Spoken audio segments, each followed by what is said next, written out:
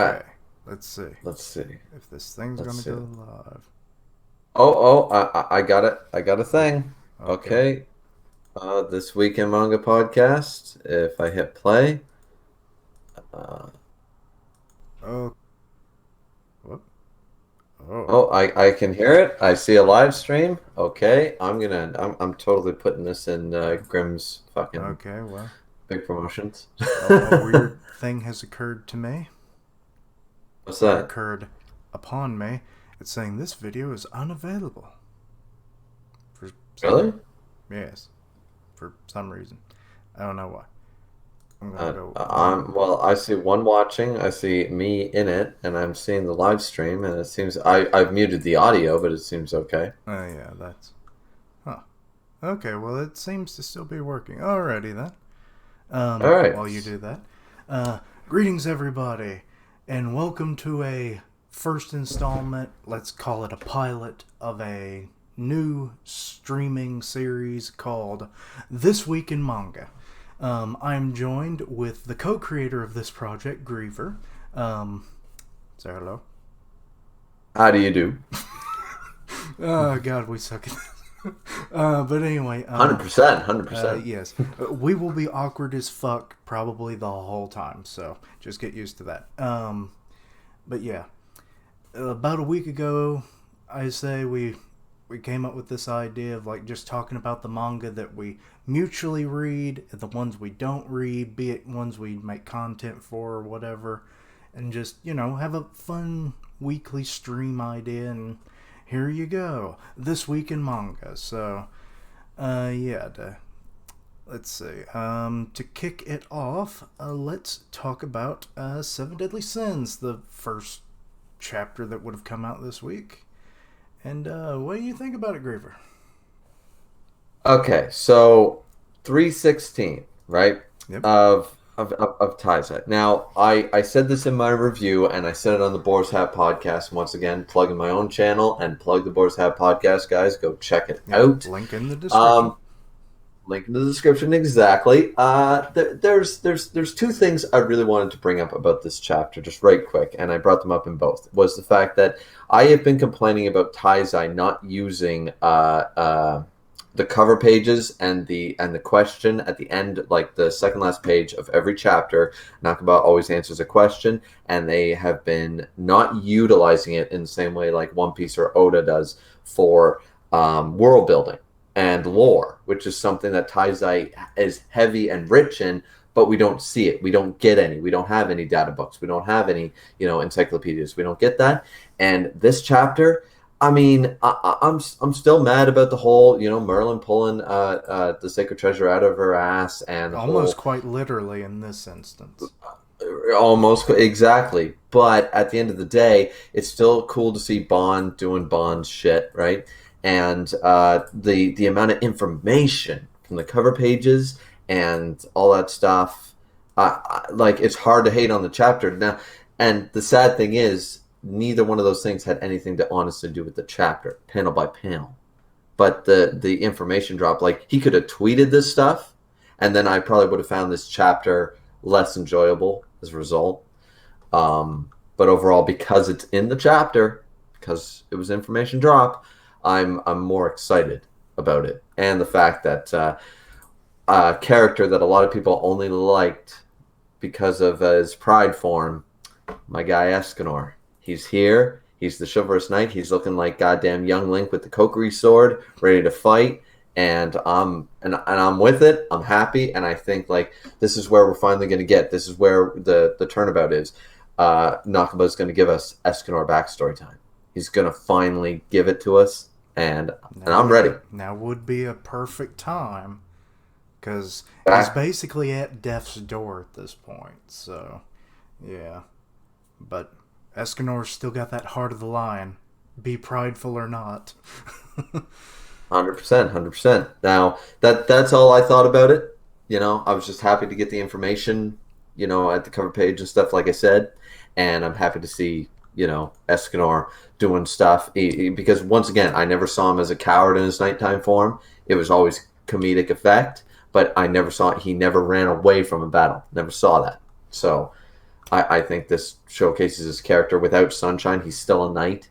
He still believes himself to be a knight. We're going to see it. So, but what did you think of the chapter, Keisha?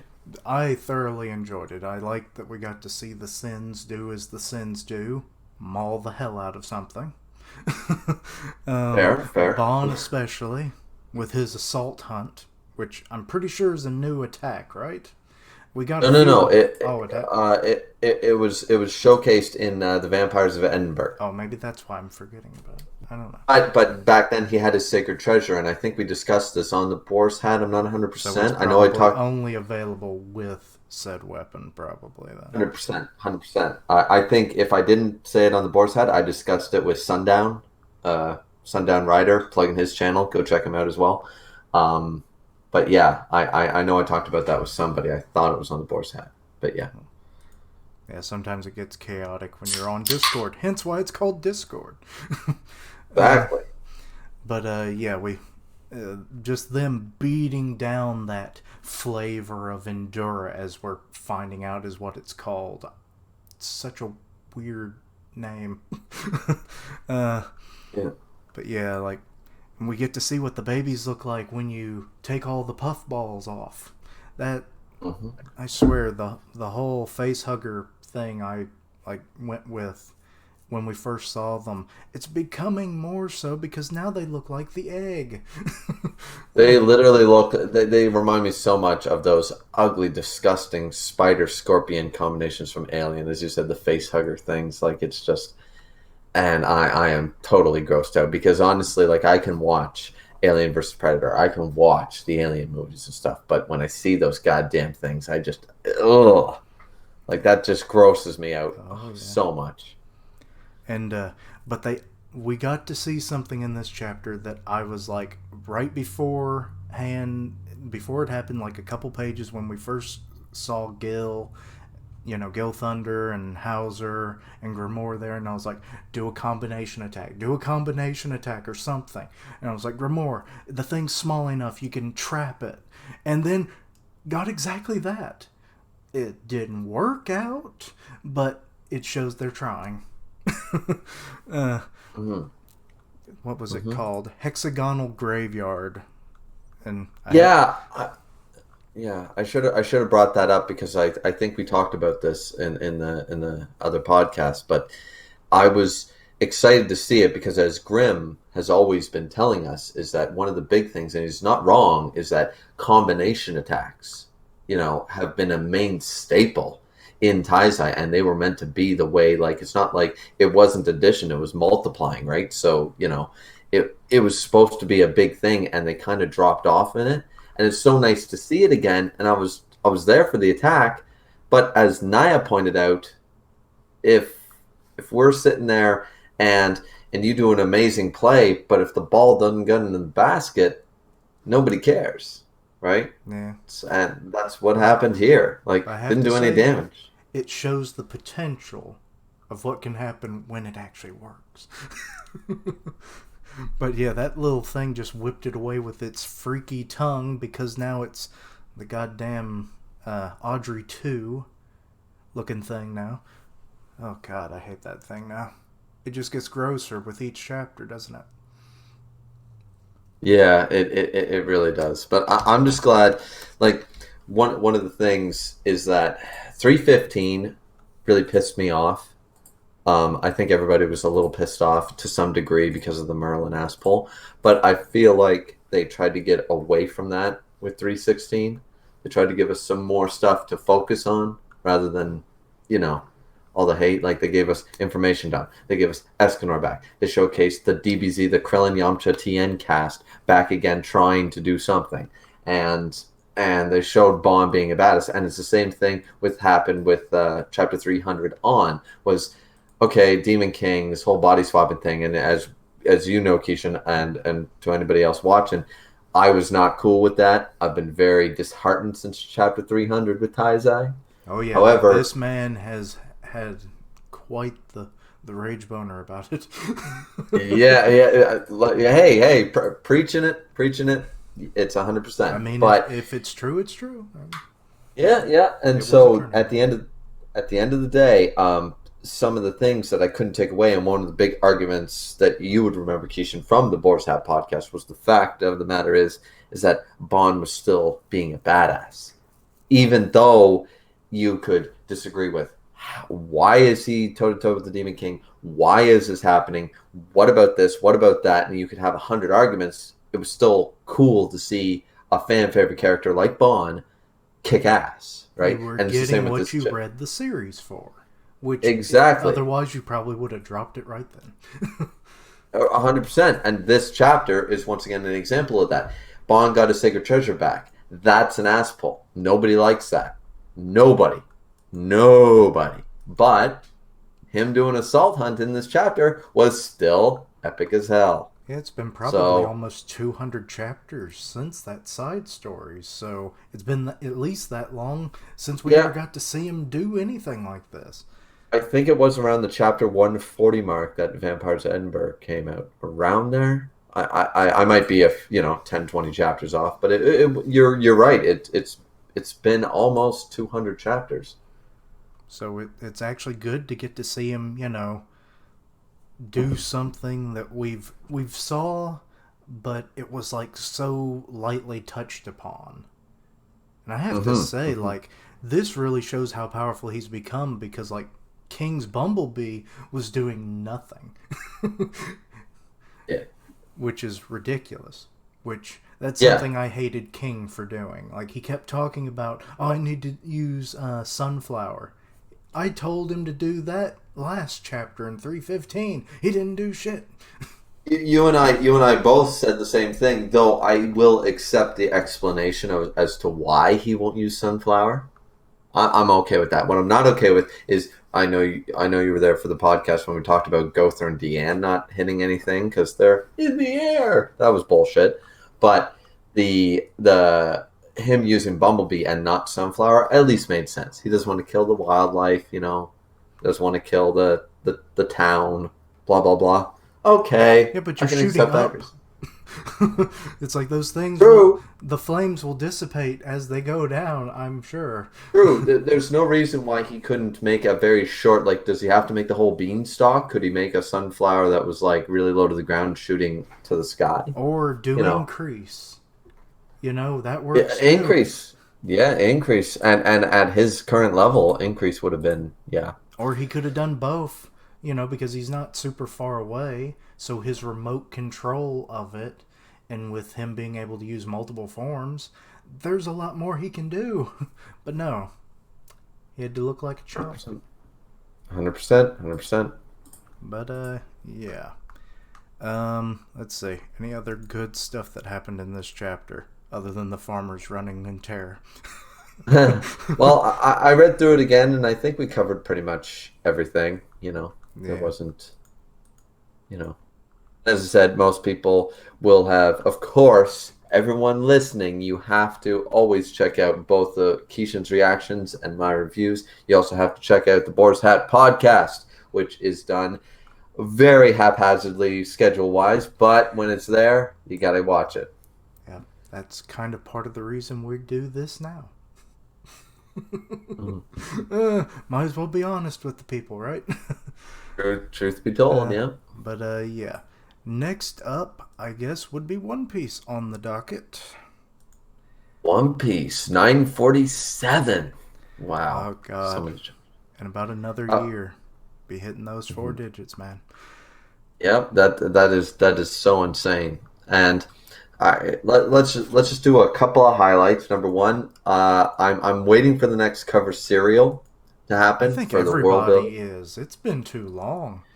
It's been a while. It's been a while, but I am glad. Sometimes I like this particular one, this cover page. I like it. Brooke, doing with the seagulls Doing and his stuff. thing. Like, yeah, I'm happy to see that because that is one thing that we kind of miss, and that I believe One Piece filler in the anime really shines at is, and the films too. They give us the Straw Hats all together, just hanging out doing shit on the sunny. Like that is part of what you want to see.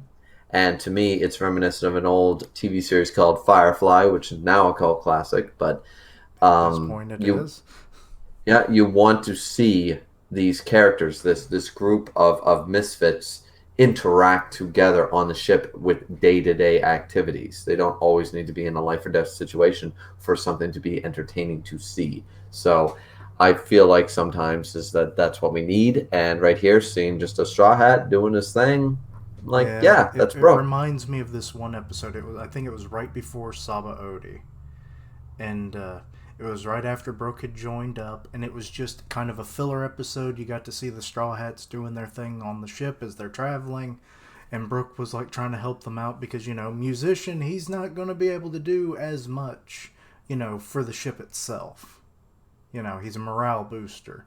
But after a few fumbles and stuff of trying to help like Frankie and Usopp fix a cannon or something that they were working on, and messing up a map from Nami, she nearly wrung his neck. And stuff Yep, like yep. that. It's like he just started playing music and everyone calmed down, and he was like, I think I found what I should be doing right now. Yeah, exactly, More exactly. moments like that, even if it's just a filler episode, that is more in tune with what I think the fan base, as you already pointed out, is what they want with that series. You know? I think that's part of what we almost all want. Though, excuse me, the the toxicity currently because of the new Wano arc has really dampened my spirits when it comes to trusting the One Piece community to know exactly what they want at the same time, Oh, no. because we're having a lot of there's a lot of issues that some are valid, and but I find a lot of the One Piece community right now is very in very millennial, which thankfully I am not, but very millennial in their I'm entitled to my entitlements sort of mentality. And it's not on the Naruto base or anything like that, but right now it feels like it's borrowing a little bit of that Naruto toxicity. And Yeah, because every chapter, like, you don't have a clue what the response from the fandom's going to be like. It's like it started off good when it first, we first were getting to Wano, and then things started to drag a bit, and people were getting pissy. They're like, oh, it's Whole Cake Island all over again. And I was like, it's a different arc. It's like you yeah, got to give it time to put the legs underneath it. Like, we've especially still. since Hmm? No. I was just going to say, especially since this arc is supposedly going to be the longest arc to date in One Piece. Supposedly, it's I going to mean, be the there's longest a one. lot of precedent for it. It's, been hinted since Thriller Bark, you know? Mm-hmm. And good Mm-hmm. lord, how long ago's that been at this point? Damn. In a very long time. So, So yeah. But anyways, so outside of that, we move on to the rest of the chapter, I guess. One of the big things, and I tweeted about it, and I told the same thing in my review oh, I was think I saw it. basically, Or no, it was it yeah, you or somebody okay, else? yeah, the One Piece community. Here's how One Piece fans feel. It's like we're all unhappy with the Big Mom amnesia shtick, right? And okay, regardless of the reasoning, which I think it was Joy Boy Theories who brought it up a couple of times, was like, she's a devil fruit user. She was drowned in the ocean, exfoliation, all that other stuff. That literally happens to real life people. So it wasn't an ass pull in that sense. And I'm like, okay, but nobody likes the whole, that They thing don't want to in put any. logic in their One Piece. No, and nobody likes the amnesia shtick in any form of media, comics, manga, TV series. No, nothing, right? Nobody likes it. That's fair. Oda waited a long time to do this to a character that we actually knew. When it happened to Sabo, we didn't know Sabo, so it was like meh, but okay. Now it's happened to a character that we all have known previously. The thing is that it's only been not even 20 chapters. And by the end of this chapter, 947, she has her memory back. Okay? And the other thing fans didn't like was, okay, Luffy's supposed to take on Big Mom with this new form of hockey he just learned, Yeah, right? he's barely even grasping it. He's Yeah, used it exactly once. yeah, and then what happens? I literally on page 6, if everybody reading, if you go to page 6, the manga stream version, and you see the end panel, and you see both Hyo and Luffy with their legs shaking, sticking out from a boulder, from a stone wall, you could literally hear that trumpet going wah wah wah. Like so. Everyone who was mad at the fact that Luffy was now going to take on a Yonko, no, he didn't. He failed miserably, just like he did against Kaido. So there's another fan complaint. What's the other one? Oh, Queen was down and out in 2 hits from a Yonko. But wait a minute now. Luffy defeated a first Yonko commander. I know that's an asterisk thing, but he's still on par with Yonko commander level. And a Yonko, who everyone was like, Luffy can't touch her, Luffy can't touch her. Just bitch slapped him They into the wall. yeah, and then but people are mad that this same Yonko person took down a Yonko commander. So I don't understand the logic from the get-go with that one, but nonetheless, Queen is up and at him in this chapter as well. So all the fan complaints, and once again, guys, go check my Twitter if you want the summarized version of this, is in the end, we didn't like Big Mom's amnesia. It was fixed. We didn't like Luffy taking on Big Mom. Luffy got smacked. And we didn't like that Queen was down and out. Queen is back. But people will still, right now, are saying, I'm dropping One Piece. I don't like One Piece anymore. Wano sucks. After this chapter. Not before it. After reading 947. You literally got everything you wanted. What more do you want? Yeah. Like, that's my big thing. And I'm sorry to steal away a lot of our response time here on the stream, but I feel like this is something that needs to be brought up in more in more podcasts, in more communities, and just like One Piece fans, are you becoming the Naruto fan base? Are you getting too greedy? Are you not having enough faith in Oda? Because I stopped having faith in Oda a little bit there for a time, and then 3 chapters later, he proved me totally wrong. And I was like, okay, well, I mean, I didn't hear anybody complain when we had the execution chapter. That was a big deal. Everybody liked that. That was only what chapter was that? Like 943, 942? See. Oh crap! It only goes up to 943. Okay, but still, the point of the matter is, it's still a major chapter, and it was impactful, and most of the fan base was on board with it. And right before then, I was kind of like, oh no, we're oversaturating, we're doing this, we're doing that, but It would have been 942. it would have been 942. Yeah. Okay, so like, and I'm not, basically all I'm trying to say is I'm not going to make that mistake again. Everyone, I remember the comment section after 946, everyone going, Big Mom is training, what is this bullshit, blah blah blah. And look at what happened 6 pages later. Luffy smacked into a wall. Wait, what would have been classified as training on her part?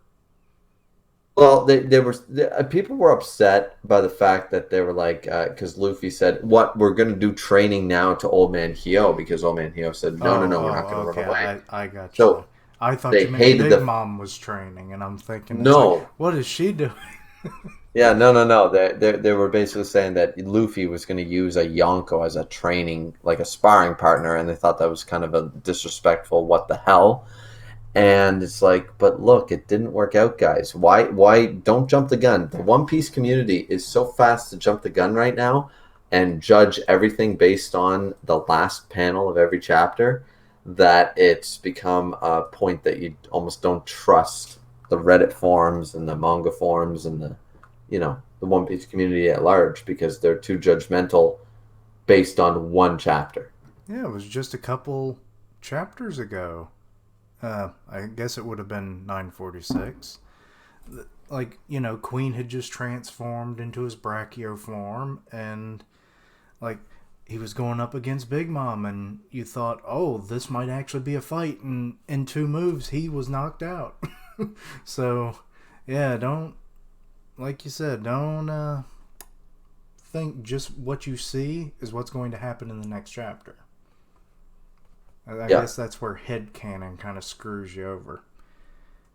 Oh, 100% it does. Like, for example, a perfect version of headcanon for me, I guess it would be considered headcanon, is I'm of the firm belief, and everyone who follows my channel will know this, Garp would have killed Akainu at Marineford had Sengoku let him up.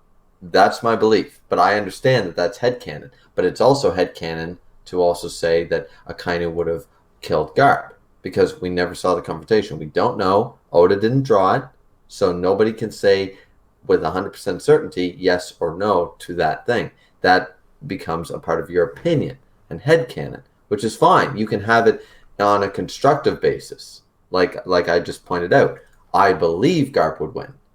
Doesn't mean Garp would win.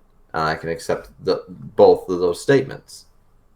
And that's just what I think, like the One Piece community, which was a huge problem with the Naruto community at the time when we were reading this on a week-to-week basis, and Naruto and Bleach and One Piece were all the big three, was the Naruto fan base wouldn't hear anything negative, anything controversial, anything, you know, it became that bad. So, Also, I want to point out something I just noticed. mm-hmm. Okay, you know how Queen's left arm is mechanical? Yes. When he's in his hybrid form, his left arm, it's more of a leg, is Yeah. perfectly normal. Yep. I didn't notice that until just now. For some I reason. I I did notice that, and I think what that has to do with Is what lizard regeneration? pretty much. I was going to make that. You already made it. The Spider-Man reference to the lizard that's exactly what a zone does. You got your arm chopped off as a human, but if you get a zone fruit, like the zone isn't a three-legged animal; it's a four. Mm. Now, if he got one of his legs chopped off in his zone form, that might be a different story. Mm. But currently, it's a as you said, a lizard regeneration sort of idea. That's the only thing I can come up with. And I guess Yeah, because it's a dinosaur, it's like an extreme lizard. But but yeah, that's just something I noticed and wanted to point out because I totally missed that. I guess the whole, brachio bomber, like I was so hyped to see that kind of a headbutt move because I wasn't sure what he was going to do. yeah. I didn't know either, but dropping his whole body on Big Mom made sense. I mean, the weight of a whole Brachiosaurus, you know, Which it does which look like but he's gone into full form when he did it. So, And by the way, this is clearly, I just want to point something out, and I don't know if Viz will fix it. But to me, either Oda is unaware of how a Brachiosaurus's snout looks, but the Brachiosaurus is clearly an Alphasaurus or Brontosaurus. It's clearly not a Brachiosaurus because the Brachiosaur has the nostrils at the top of the head in a yeah, fin-like yeah, format. near the eyes. Yeah, and Queen clearly does not. So I'm still gonna call it like a Brontosaurus, which apparently is now a wrong term. It's now like an alpha something source, but whatever. Yeah, they changed names around a lot. Oh yeah, so much. So I'm curious to see if that'll be fixed or not or whatever. But I mean, he probably just went for something so you knew what it was and everything, because like yeah, because otherwise people. Brachiosaurus is probably one of the most popular. That and Brontosaurus, but once again, as I said, Brontosaurus is now an incorrect term. So he probably went, okay, what's another popular dinosaur name? And like I said, he just went with probably a more simplistic design with what the modern day equivalents of a dinosaur would probably look like, with the nostrils being at the end of the snout.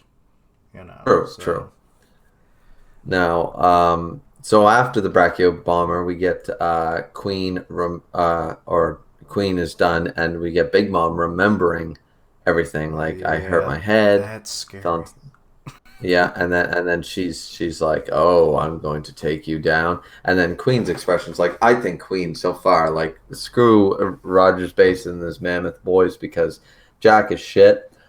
Queen is hilarious. At least Queen, he's got that going for him, at least. But yeah, I he's got am that getting a little personality. tired of this facial expression. Because, like, everybody's been doing it the last couple chapters.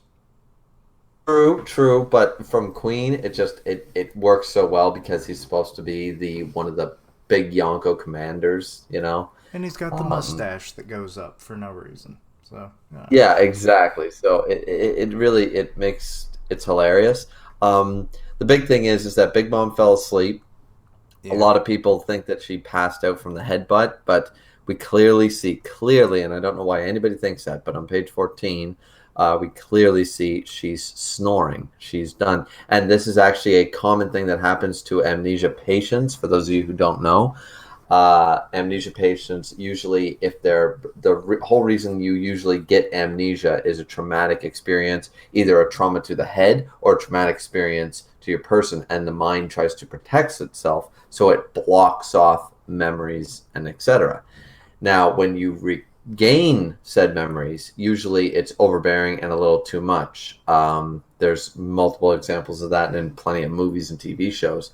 But simple fact of the matter is now once the mind has decided, okay, I'm ready to remember everything, usually the mind has to basically do a reset, like a computer.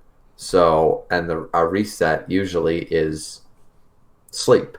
You need to enter REM sleep to retain the data that you've seen with your eyes and smelled and blah blah blah, and then you go through that. So this is a very Oda did his research on how amnesia patients usually react, and uh, so I'm fine with it and stuff. And I think Queen's entire like Queen is doing exactly what anybody with half a brain would do. Yeah, locking that shit down and taking it to the boss. Yeah, going. We cannot waste any time. If you have enough sea stone chain, get it twice. Sea stone handcuffs galore. Let's block her power. Let's do. And once again, sea stone handcuffs will not do that much to Big Mom because she hasn't even been using her devil fruit. You Yeah. know that is not gonna that's not gonna like say because as we saw with Luffy and stuff, they might take a little bit of their physical capability, but it's mostly just to block. They're not in the ocean. It's just blocking their use of devil fruit abilities. Sea Stone really Unless it's isn't a as physical change. Like Luffy, he can right. still stretch a bit, but it's not of his own vocation. Exactly. So it's something where it's not really blocking Luffy's physical prowess as much, and especially it feels like it could on lesser people, but on people like Luffy and especially the Yonko Big Mom's still gonna be tank as hell. Doesn't matter how much sea stone you put on her, you know. This is true, which is why people are wondering if she can actually break through them with raw strength, She might if she's hungry. which could happen at any point. And hey, Yeah. like, how many days away from the Fire Festival are we? By the time they get to Onigashima, because you know it could probably take maybe a good day or so to get there by boat. We don't know. Absolutely. So, like, there, by the time we get there, that's when the banquet's going on, and she's brought into the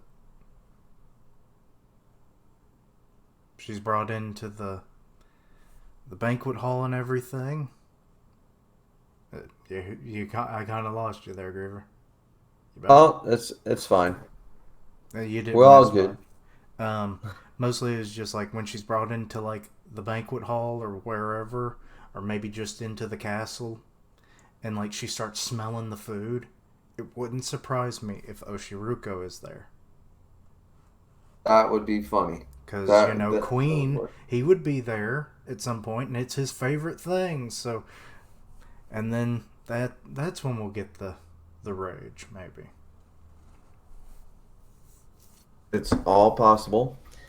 And the end part of the chapter, we get Luffy basically being like, "Well," and he's smart. He's like, "Well, it means I can go wild. Big Mom and Balloon are gone, so he's not going to have any real challenge," as he puts it.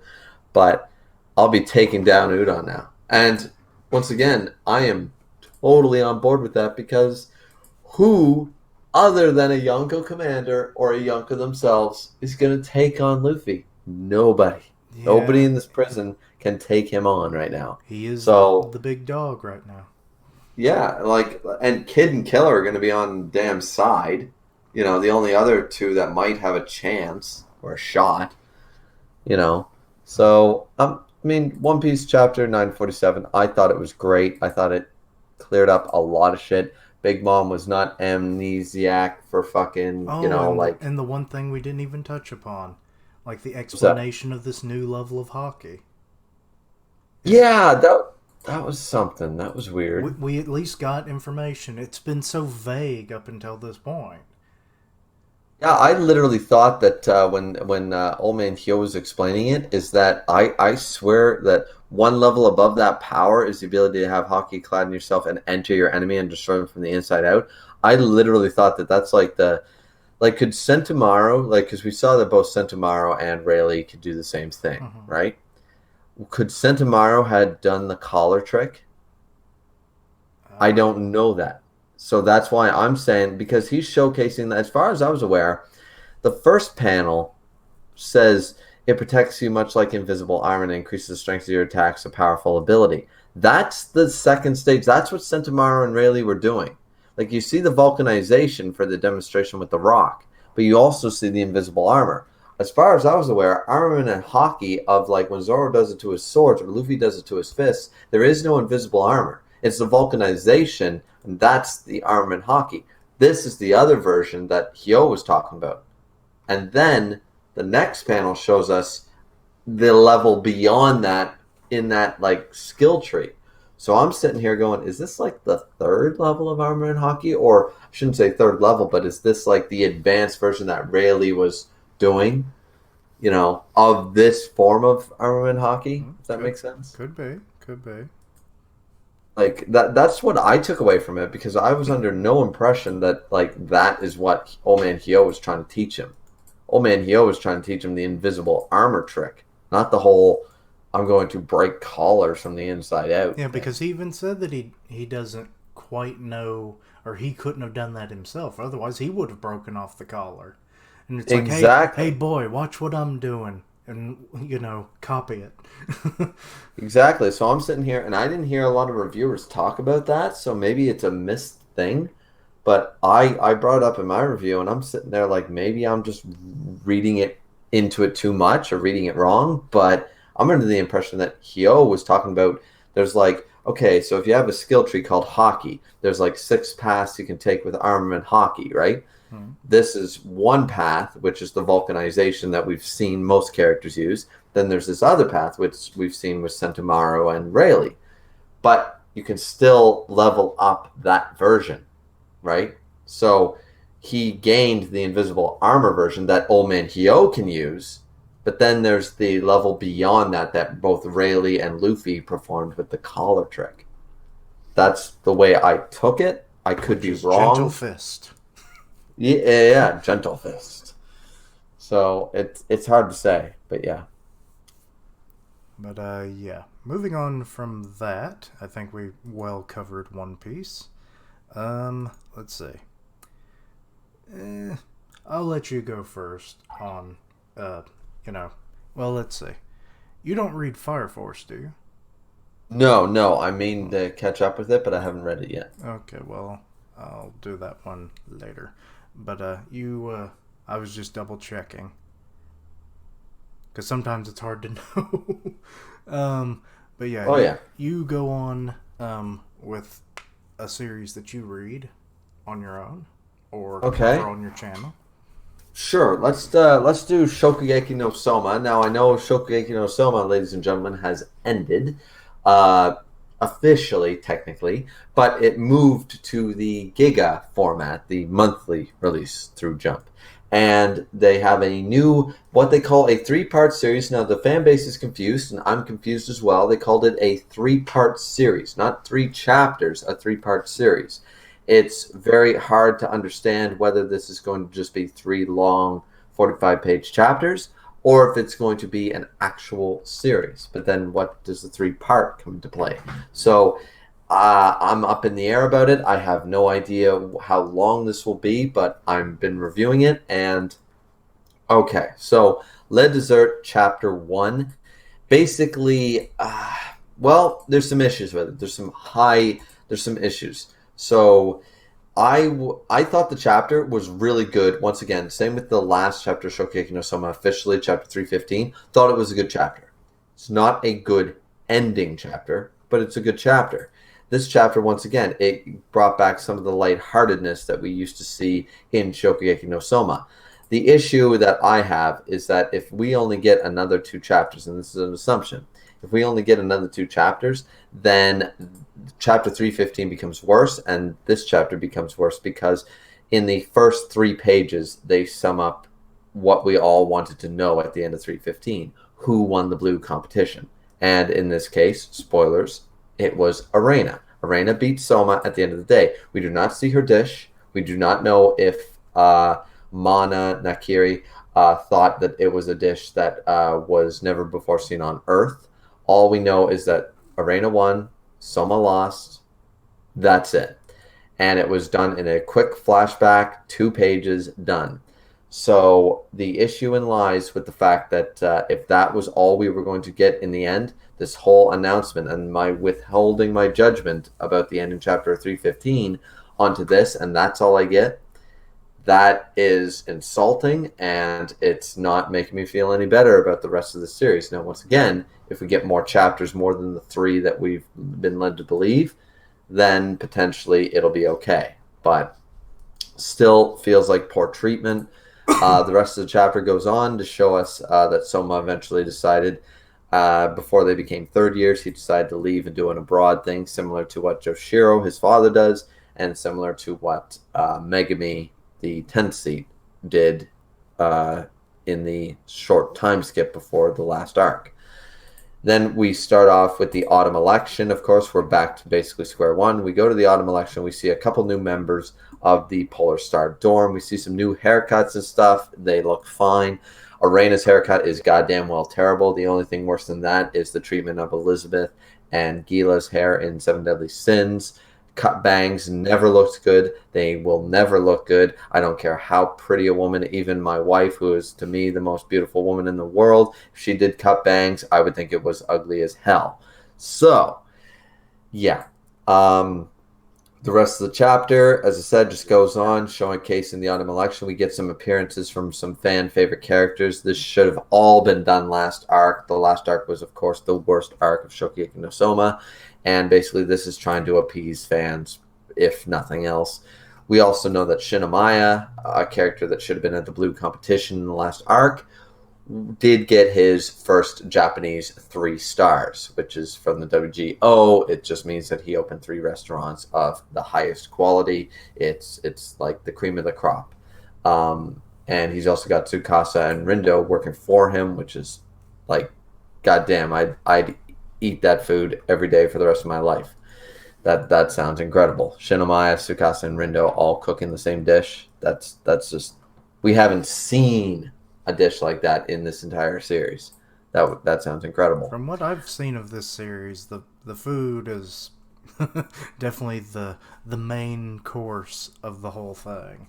Like pun intended. Yeah, I know. The art style really shows off what is capable with food.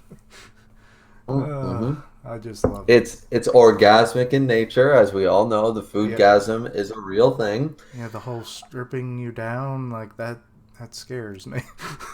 And it should. It really should. Yeah, they go in the very classic shonen trope ending. They showcase a silhouette of Soma at the end, and we do not see the current Soma in this chapter. And we know that he has left a mark on the school and changed everything, like a classic shonen hero would. And I'm not super upset about that. Once again, we jump over to Arena's haircut. It's goddamn well awful. It's the worst thing I've ever seen. And we get some more bullshit, and I don't want to take up too much more of the stream's time. We get some more bullshit with the fact that she is now apparently okay with her mother and everything, and they have a Soma Joshiro rivalry thing. But once again, we were not shown this. The whole last arc was a waste of time then, because all of a sudden we're supposed to forgive this goddamn bitch of a mother, and it was all off screen. It was completely off screen. We have none. We have no idea how they feel about each other right now. We are given one page to showcase that she became very tsundere, but like to the level of not saying baka all the time, but more so towards her mother, going, "Well, my mother wants me to cook for her, so I guess it can't be helped." And it's like, this is the same woman who didn't believe in you, who trashed you, who made the competition almost impossible for you, who handicapped her own daughter against all the competitors in the competition, who trashed on everybody's food. And then we see this. We see a happy Mana eating Arena's food. There is a serious problem with the jump of characters, and I feel like this chapter, while trying to be an epilogue, was wasting time with all this crap. I would have rather see the conclusion to the blue competition and see the change in her character, because this feels undeserved and bullshit at the end of the day. It's just total bullshit. And then the last part of the chapter, we are going to end it out on Joshiro is going to now tell the story of how I Met Your Mother, and literally that is exactly what they're doing. How I Met Your Mother. And the thing is that we have much, though I am very interested, and I know a lot of people like this chapter because we're finally going to get that information that a lot of us have wanted. That's fine, good, dandy, but it does not fix the fact that, once again, the problems I have brought up should be addressed first. Honest plot threads. Backstories are cool. Plot threads are more important. We need to continue the plot threads. I don't want to feel undeserved. Arena winning the competition, Mana's change of heart, how everything has gone down, that is more vital than any backstory. That's just the facts. And so if they waste the whole next couple chapters on How I Met Your Mother episode take 2 with Shokugeki no Soma, then this was not the expectation we had, and 315 will still be the worst shonen ending I've ever read. So, yeah, there's a lot of mixed feelings here, guys. There's a lot of mixed feelings. Like a mixing bowl. Ha! I'm stupid. I'm stupid funny. Yes. There You know me and my stupid jokes. you go. But, yes, I didn't understand hardly a damn bit of that, folks. And Which is fine. You move on I'll to get around your... to it eventually, I'm sure. Mhm. But yeah. To kick off a series that I've been reading for about a year now, Beastars. And it was chapter 134, and let's just say, from the lead up from 133, it was like, oh god, we're actually getting backstory on a character that we've only heard of at this point. The main character's mother. Well, to those who follow the series, and sorry to spoil you, Griever, but I'll try and be somewhat subtle. She committed suicide when he was a child. Oh, damn. Yes. And for, like, the last few years before that, she didn't show her face. There's a reason for it, which is the big thing that happened in 133 that was revealed, and it explains everything. She's a woman of vanity. And basically, she accomplished what she wanted in life when she had her child, Lugosi. Because it was either now or never, and then she finally did, and, like, in the final moments of her life, she didn't know it. She went to go say goodbye, and she got in the bed and hugged him, and he was awake the whole time. And it was like, he knew exactly what to give her, which was that moment.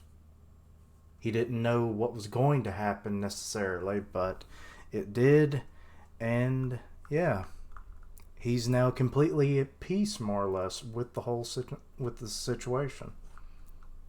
Now that he kind of knows what happened, and it gets weird how he learned about this stuff, but to readers of the series, you'll know. I'm just trying to keep some things unspoiled.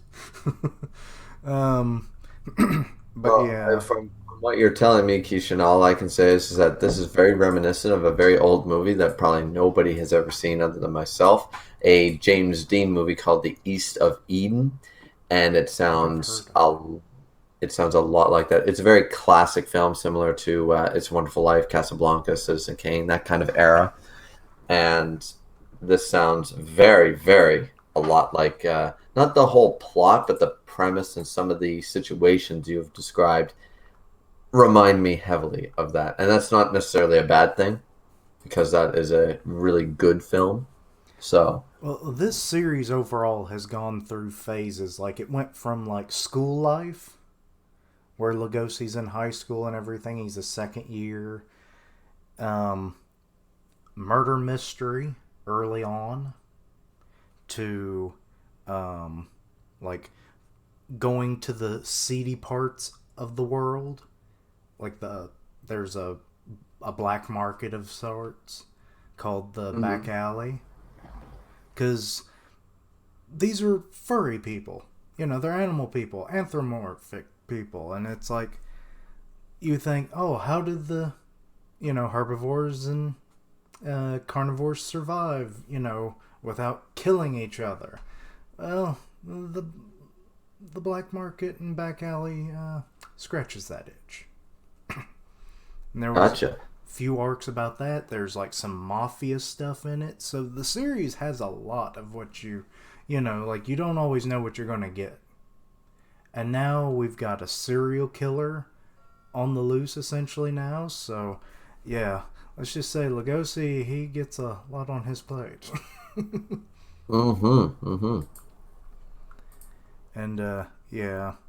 Um but yeah, we find out about all that, and it's finally, now that it's cleared up, it made a lot more sense, because it was just like, oh, she committed suicide, and it's like, and his father disappeared. Well, we got explanations to that in the last chapter, because of the whole, like, she was trying to have a child before a certain point, which, like I said, I'm trying to keep that under wraps.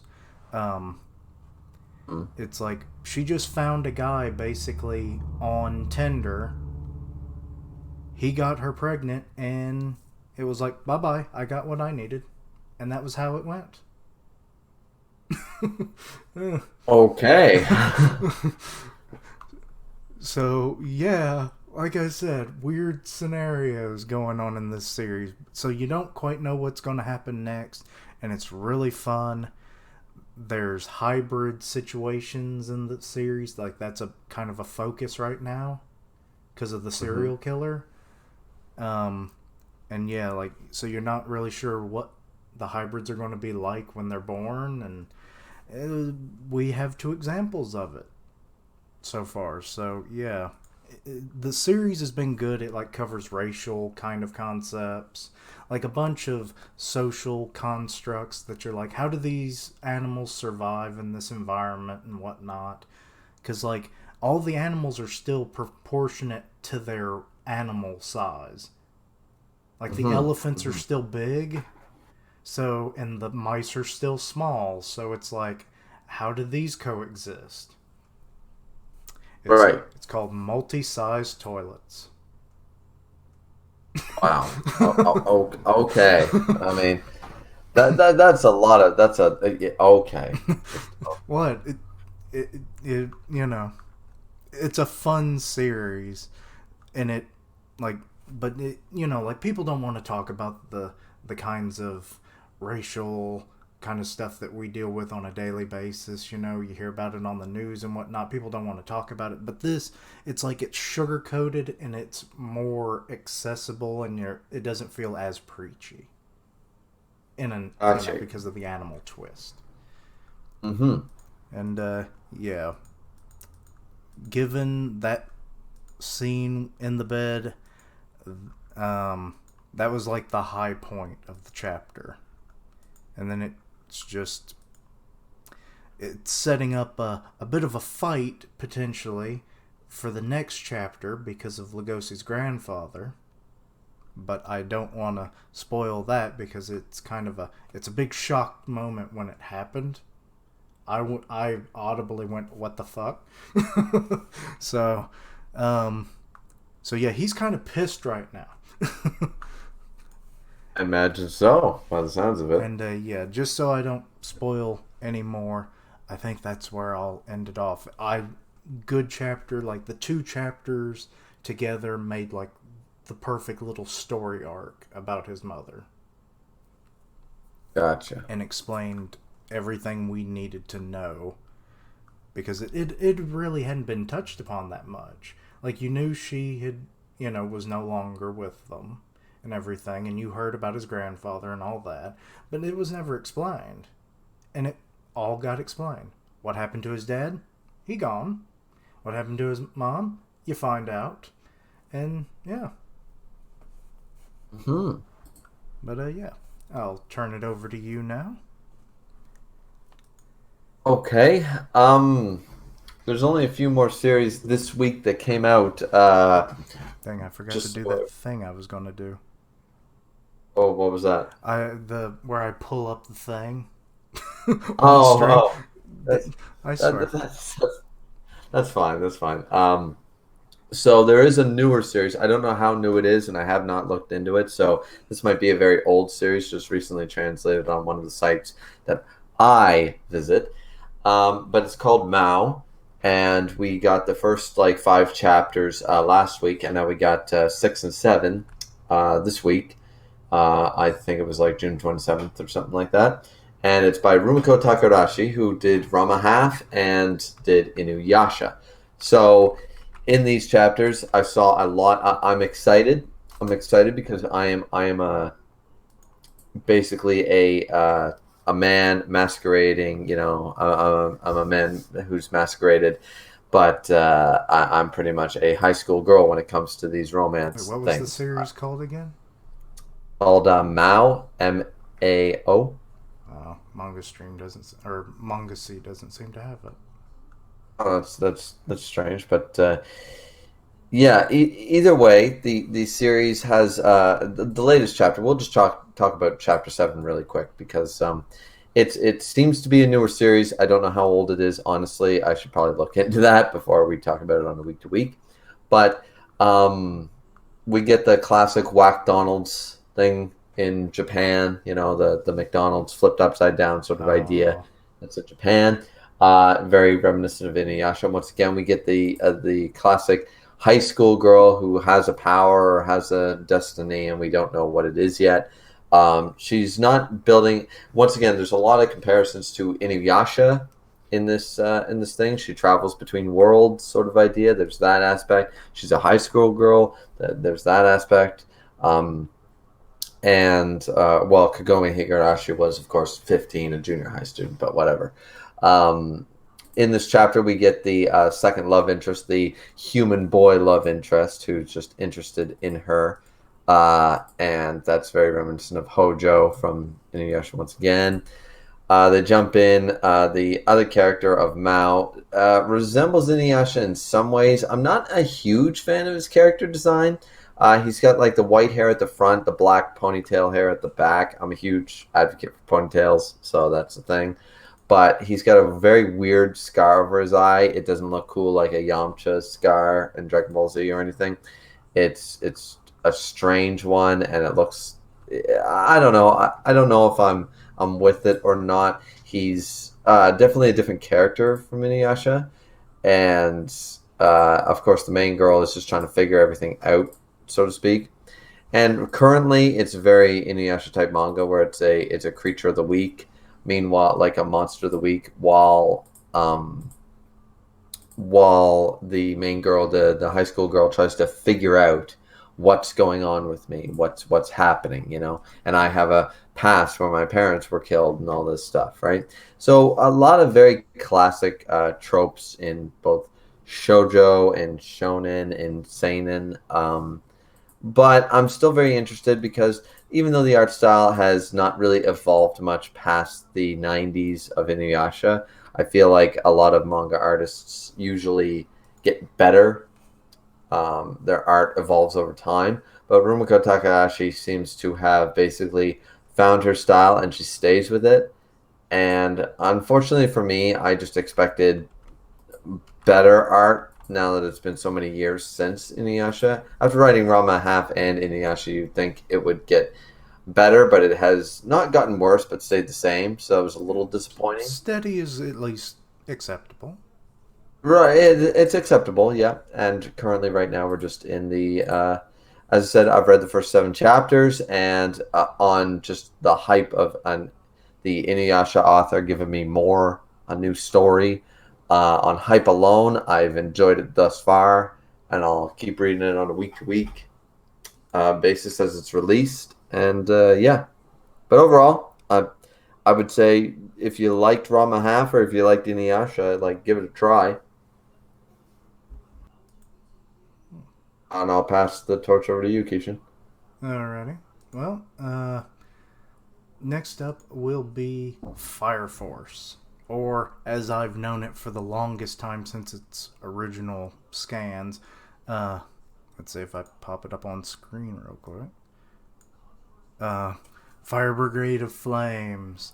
Um, Game was went offline, dude. it should be reconnected. Is it back on? I think so. Let me double check. Yeah, seems to be. Let me just double check on my end. Okay. Okay, sorry about the technical difficulties there. Ugh, I can't talk now. Mm-hmm. Yeah, OBS. Why? But yeah.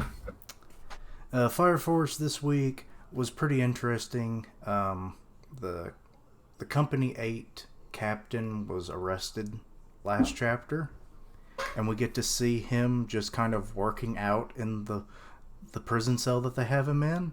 And it's like, I need water. And it's like, you'll get water when we give it to you. And he's like, what? So apparently they don't even have like water in the cell, like a sink or anything. I find that weird. You know? Sounds a little weird, unless the water was cut off to the building or something like that. I mean, he's just a normal guy. You know? Like, of Company 8, he's the only one that doesn't have fire powers, basically. Oh, I see. Because in Fire Force, there's like 3, powers you have, or combustion ability. The first one is basically the infernal part. That's when you become just a flame person and you're like a flaming zombie. Right. And that's what these Fire Forces, or what do they call them? Right. Well, there's 8 like divisions or companies of firefighters. They'll go out and fight them because at any time someone can combust and become one of them. So Okay. it's a very scary thing. And then the second one is where you can manipulate flames in some form or fashion. Right. And that one really gets kind of creative. Like, you'll have, like, oh, I can control the temperature or something, like, of the bullets so that they shoot faster or something. Because they use firearms against those things. Or I just manipulate fire to make different stuff with it. Like, you would think that you wouldn't be able to come up with as many variants to fire powers. But the series proved me wrong. And then the third one is where you can create your own flames in one way or another. That's what the main character does. He shoots fire from his feet. Well, I mean, whatever works for you, I guess.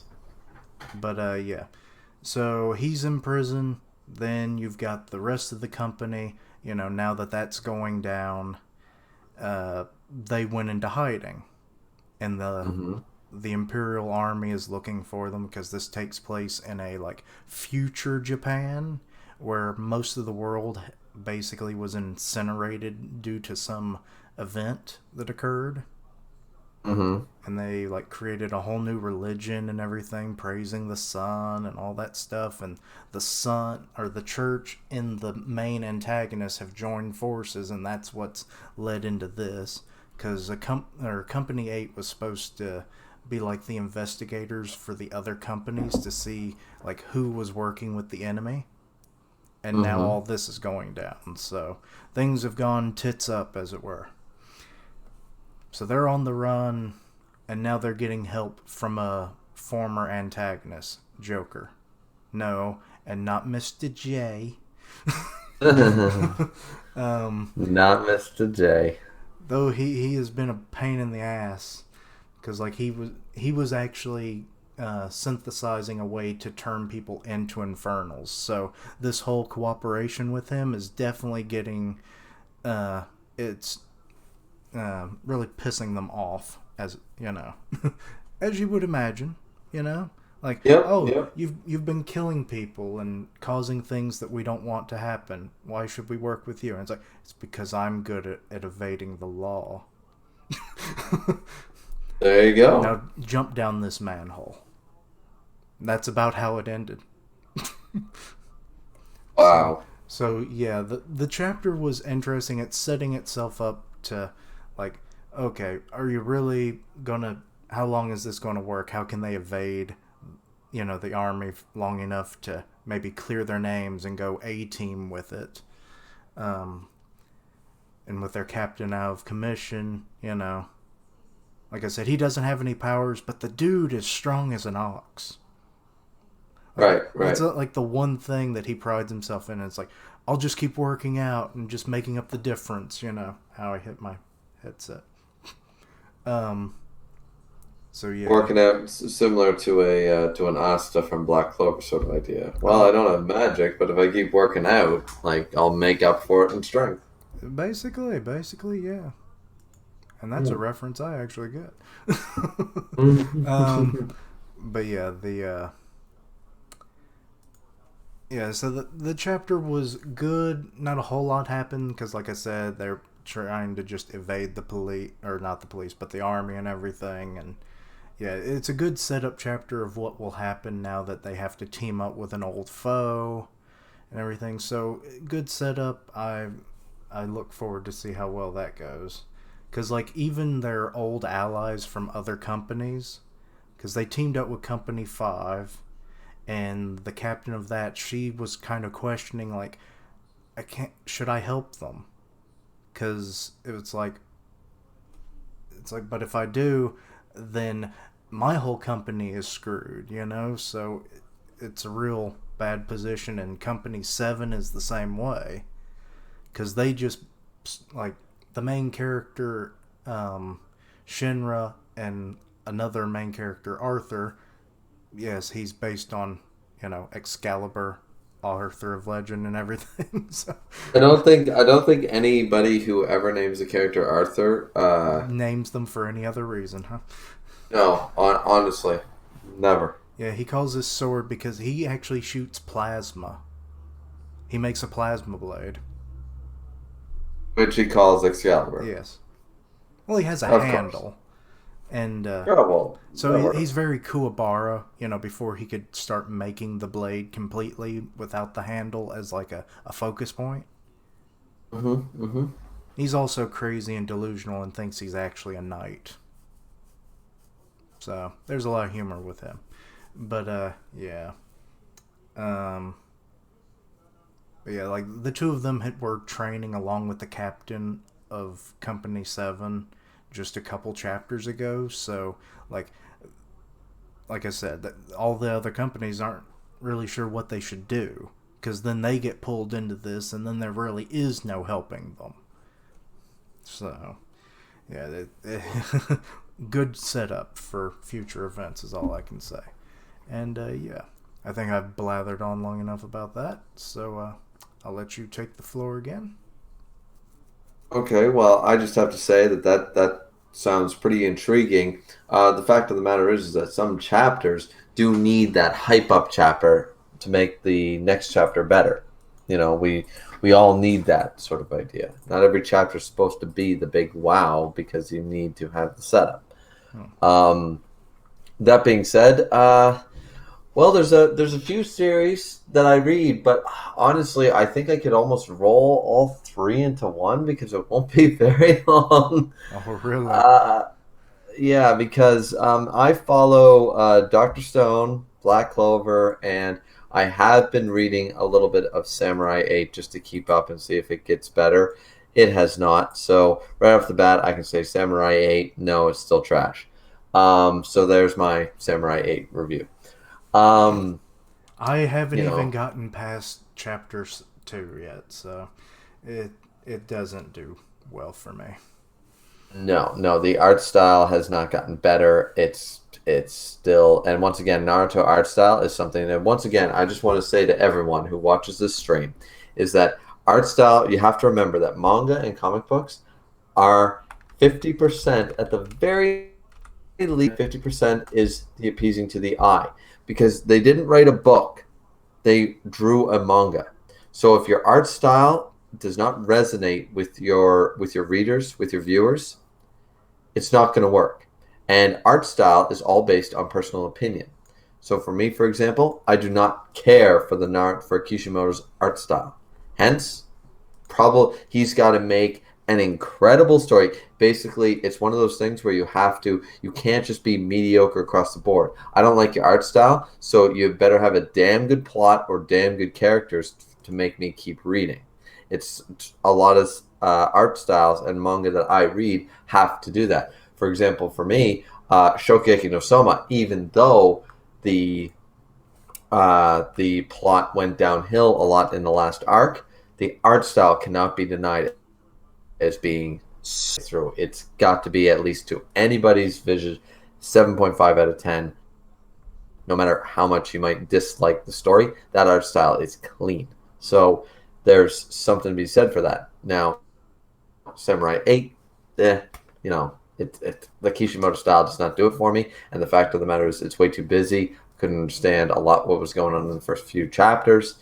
And it's no. They already did this with an anime series called Samurai 7 based on the Seven Samurai, you know, movie and with the whole cyborg samurai thing. So this has already been done before.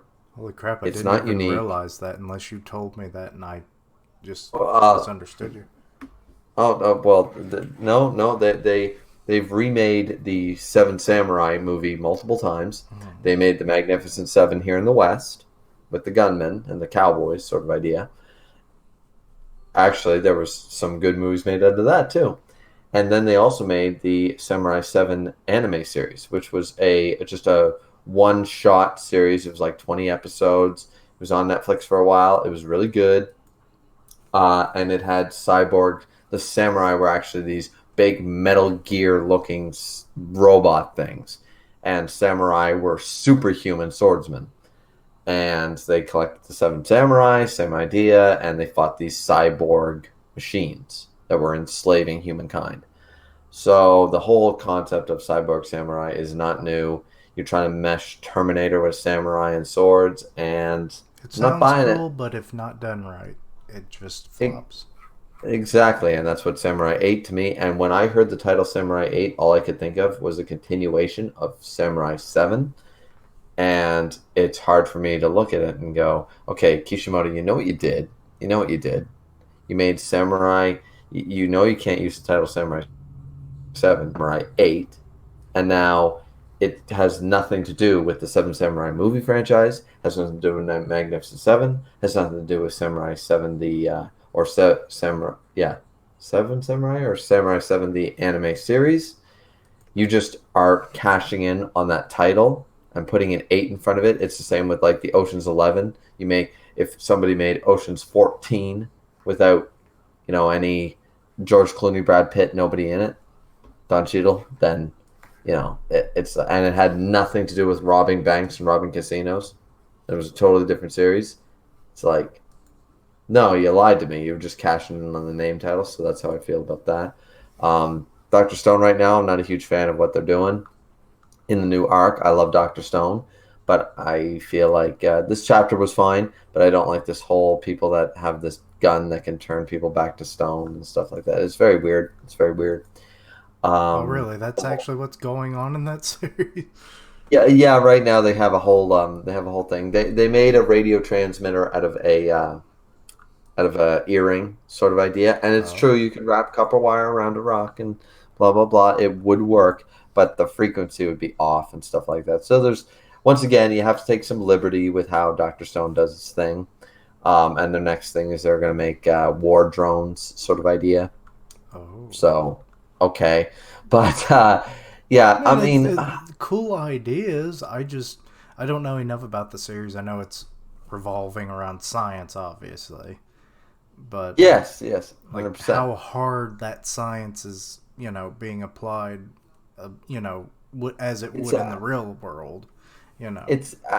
it's actually very in depth, and a lot of their concepts aren't wrong, even if you have to take some liberties with the execution and how well it would necessarily work. The concepts that are applied are not wrong, so to speak. Um, and particularly in this instance, and this is a perfect example because I followed Sun Ken Rock and stuff, which is another series by Bocce, who does the art style for Doctor Stone. This is an example of a series that right now I'm not a huge fan of the plot, but the art style makes up for it in spades. So it's aces. So you follow it because the art style is still super, super grand. It's one of those things that you have to take the good with the bad. But once again, guys, we are reading manga series. Manga and comic books need to be visually appealing to who reads them. If they're not appealing to you, no matter how good the story might be, you might not follow it. The last one I really, other than I think you and I will both talk about, is Black Clover, Chapter 2. They fight. They That's all fight. I got to say They about fight. They it. fight. Fight. Fight. They Fight. Fight. It's that's all they do in the chapter. They're fighting. They're fighting. It's nothing really new. The devil is fighting everybody. Everybody's fighting the devil. And the only thing I got to say is that Yami at the end of the chapter, he's going to do some shit. Like we all knew that he was a badass. I'm a little disappointed in some of his techniques currently, but now we're going to see that his power can hurt that devil, and he knows it. And he's got this darkness power. We don't know where it comes from. Maybe he can even get stronger. But he's basically him and the other guy are basically the Kenpachis of this series. So it's nice to see that Yami's going to be like, yeah, no, he's got the cigarette in the mouth and he's ready to go, and he's just like, all right, open up open a barrier for me, sort of idea, and I am going to just darkness slash with all my mana, all my magic, straight at that guy. Just see what the hell happens. I'm more hype for the end couple of pages than I am for the rest. As I said, they fight. That's basically the chapter. Black Clover is something, guys, that I put on. I don't put on the level of Fairy Tale, but someday close. And the only thing saving it is not the art style, but some of the great characters, like from the House of Vermilion or people like Yami and stuff like that. It's not the main characters that save it. The same with Naruto. Some of the characters in Naruto are literally like the main cast is trash. It's the side characters that actually save the series and made me sometimes the support characters are literally the supporting pillars of the whole franchise. 100%, 100%. And that's just, to me, it's the same thing with Black Clover. I'm not a huge fan of, like, I don't really care about Asta or or Juno or whatever his translated name is, or anything like that. But I do care about a lot of the side characters and their stories. So Black Clover has grown into itself more so than hasn't become the fairy tale, and it started out as basically the combination of the big three tropes. It took Bleach, Naruto, and One Piece, meshed them all together, every trope from every series, and tried to make a manga out of it. And that's the pillar it stood on for a while, but it's coming to its own. I'd say about 50, 60 chapters ago, it really started to come into its own and establish itself to be a little different. And do I think it's great? No, but it's worth reading every week. So Yeah, but what I've read of it, which is only about the first 75 chapters, like, I went in knowing it was going to be super tropey. So I already had that expectation. I wasn't expecting something grand or whatever. But I pretty much enjoyed every chapter I've read. You know, I got some good laughs out of it and everything, and I'll eventually read the rest of it, but it's not horrible or anything. So, oh, exactly, exactly. but let's Well see. then, yeah, that's literally other than you and I talking about basically because just so our viewers know, Keishan is not 100% caught up with the great manga series of Kingdom. I, however, am, so I will be talking about the Only about 40 something chapters away, folks. But don't expect but content on my channel about it because, good lord, you think I forget names in other series. You haven't seen shit. yeah, so folks, we will be talking about Kingdom for a short bit, but once again, I don't want to spoil Keishan too much, so I will be talking about the latest chapter, but it will not be it won't be a super in depth. We will be talking about chapter 605, but not to a crazy extent. But I'm going to pass the torch off to Keishan to talk about any manga series uh, outside of Kingdom that he wants to talk about. Alrighty, well, I guess would be The Promised Neverland. I just need to. It's a series, again, just like Kingdom, I picked it up a few months ago. So I got caught up with it about 2 months ago, maybe. Started doing live reactions of it. And yeah, like with what's going on right now, the Tafari, this big event that all the demons are dealing with and they're getting ready for, it's getting closer. The kids are like doing their various things. Emma finally made it into um let's see, I forget exactly what the place is called. Or the Seven Walls. Yeah, that's it. They don't say it that often anymore, so it's like her and Ray jumped in. Ray didn't make it, so I was like, "Oh crap! What, you know?" Um, but he's like logic minded, and it's one of those kinds of things where it's like, like kind of the more aloof characters, and then when there's like this like spiritual concept, like they'll get it, but then the logic minded ones, they essentially talk themselves out of understanding it, and that's kind of what happened. And so she made it. She's talking to, yeah, because it's just weird squiggles on the page. um, and yeah, what the biggest part of it that I speculate what's going to happen.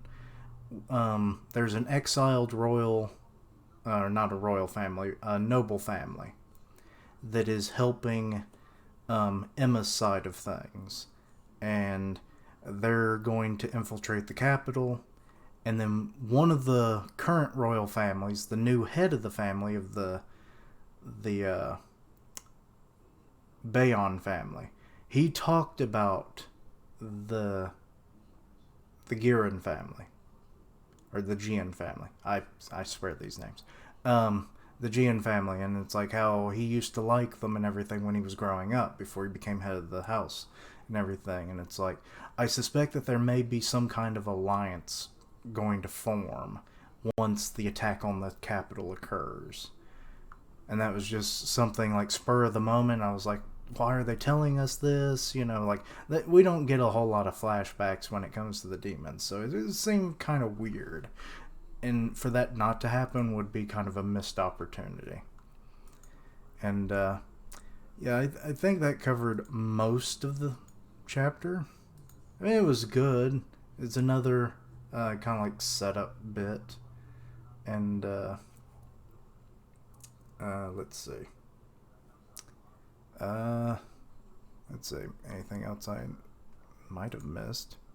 Um, the art always good, you know, but getting to see more of the noble families was interesting, and like the demon world as a whole. Like you got to see some of their technology, like the weird train that looks like a flying fish to me, but it's a bullet train. um, and then like just them all traveling to the capital, and it it's an interesting look into the demon world at the capital. So I just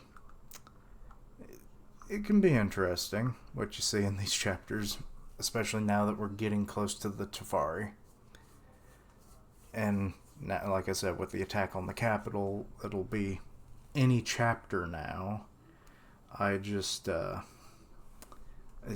who knows what's going to happen. That alliance being the biggest thing I suspect. And Emma now wants to like redo the promise with that's how I always try to pronounce that squiggle language that the demons speak. So whenever they pronounce whatever the thing is, so yeah.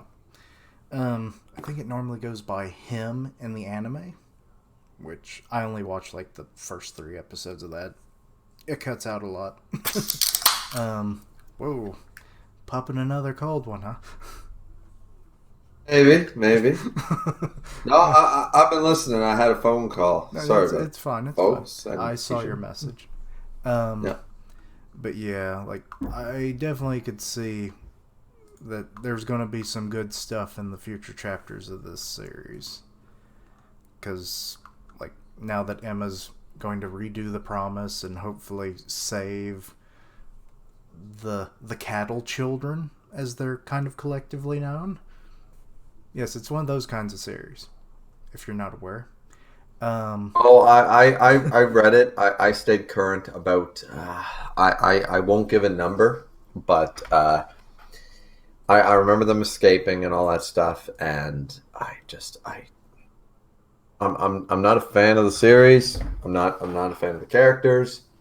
This thing kind of feels a little bit like a combination of Lost meets the Handmaid's Tale TV series to me, and I'm just not with it. It's the same with the Attack on Titan. I guess I'm not a huge fan of the genre currently right now that has this whole like The Walking Dead, Attack on Titan, Promised Neverland, this group of people, not by race or by gene or by color or whatever or sex or whatever, but they're pressed, and it's a whole like do or die survival. I am so sick and tired of the whole survival storyline. I don't care. I don't want to see it. I'm just not. It's been beaten to death in both Hollywood, manga, comics, everywhere, and I'm just not with it anymore. Maybe once that genre has died out and the next popular one takes over for a while, maybe then I can go back and read Promised Neverland or something and appreciate it. But after being sick of The Walking Dead and sick of Attack on Titan and sick of all these other series that just do this survival of the people that got to get strong and like we're oppressed and all this stuff, I'm just not with it. So that's part of the reason. The other part of the reason for Promised Neverland is, once again, art style. Keep bringing that up. Art style is not my thing. Well, that's usually what catches me and makes me interested in something. I'll be scrolling down, seeing if any of the manga I read update, and I'll see a cover or something. And it's like, oh, that looks kind of cool looking. Let's see what that's about. And then I'll put it on my to-read list, and, whenever I get around to it, and,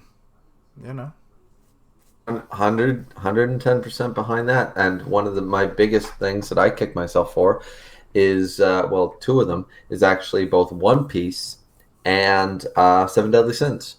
Because One Piece, at the time when One Piece came out, or when One Piece was popular and stuff, I was more of I hated the happy-go-lucky character. I didn't want a Naruto. I didn't want a Luffy. What I wanted was an Ichigo. That's why I liked Bleach so much, probably. I wanted a Himura Kenshin. I wanted a Ichigo Kurosaki. I was not interested in the happy-go-lucky main character. So it took me a long time to get into One Piece.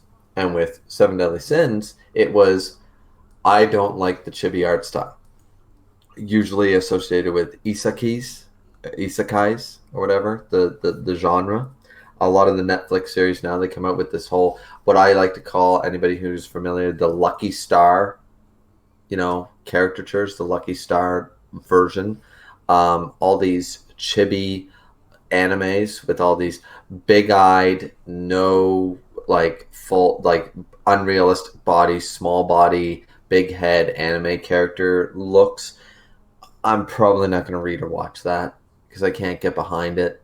It's like even if they're 500 years old, I'm like yeah no they're not they're 12. I don't care, you know.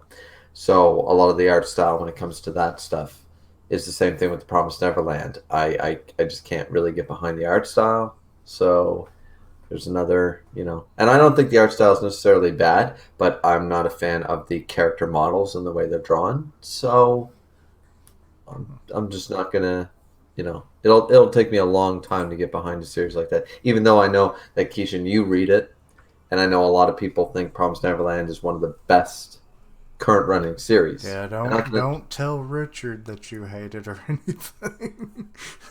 oh, I've already told him he said something about black guys coming to do something to me or something, but you know, but I don't know.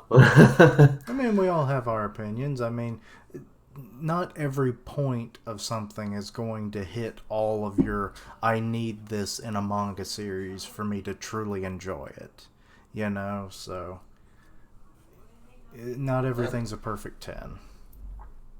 No, exactly. And you and I right now on this very stream on this podcast, both of our opinions could be wrong right now. Yeah. We, I mean, even if we're proven wrong in a sense, certain opinions might just never change.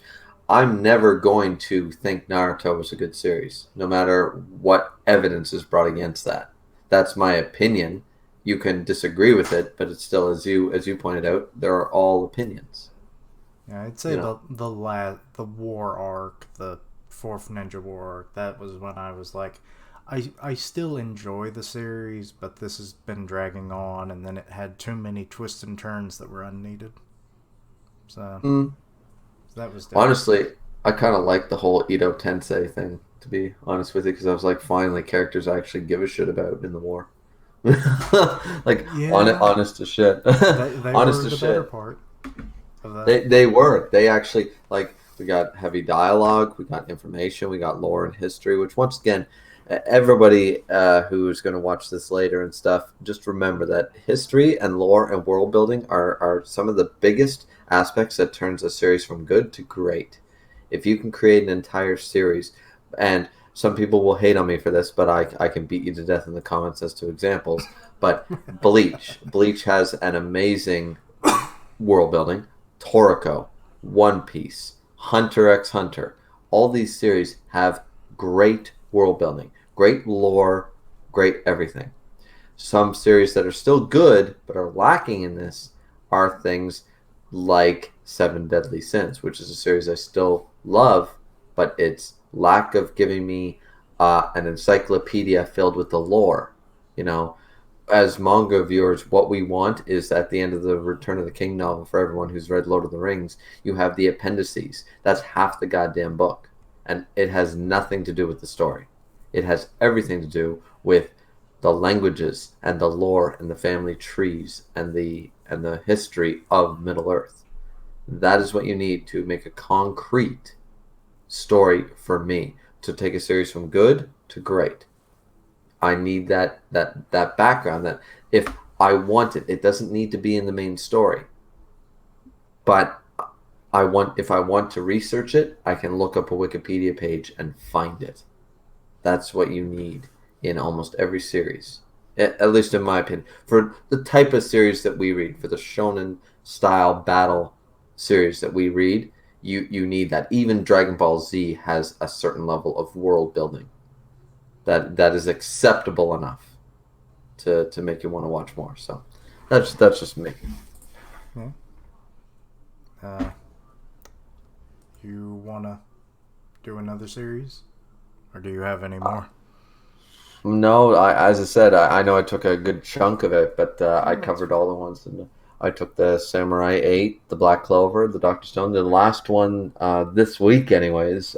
Just so everyone's aware, I do also read Akatsuki no Yona or Yona of the Dawn, but that chapter came out a few weeks ago, so I won't be discussing it here. Yeah, I do have. we'll be Sorry? covering our monthly stuff on the week that it actually comes out for future reference. Exactly. Exactly. So I do have a review on that on my channel. So if you're interested, go check it out. If you love that series, and you should, it's amazing. But uh, right now, I think the last one I want to talk about is Kingdom. So Keishan, if you have any other series outside of Kingdom you want to talk about, I've got three left, but okay, go ahead. this will be kind of real lightning style, or at least lightning for me. The first one Hmm. will be a series that I found about a few months ago. Um, don't even try to get me to pronounce that last word. Uh, Sotoma Girl. It's about a high school boxer. She's like trying to go Olympic. Um, like she's in the local boxing club, and she's become like a bit of a town and school celebrity because of like her record in the ring. And the once like not long into the series, like I'd say within the first chapter, I believe, she reveals that she has a crush on another person in the club, and they're in their dating phase now. And like where the series is right now, someone took a picture of them while they were kissing, and it's becoming a big thing, bigger than you think it should be. But you know how it is with like athletes and stuff, especially ones with, high prestige. Like everyone wants to know about their personal lives. Oh, 100%. What's the age old thing about Tiger Woods and stuff is like, yeah, he cheated on his wife. It's like, yeah, but the difference is like he plays golf. Yeah, but I play golf too. But I also don't have a busload of blonde Scandinavian whores ready to fuck my brains out after I get off the 18th hole. Sorry, ladies, got to go home to the wife. See ya.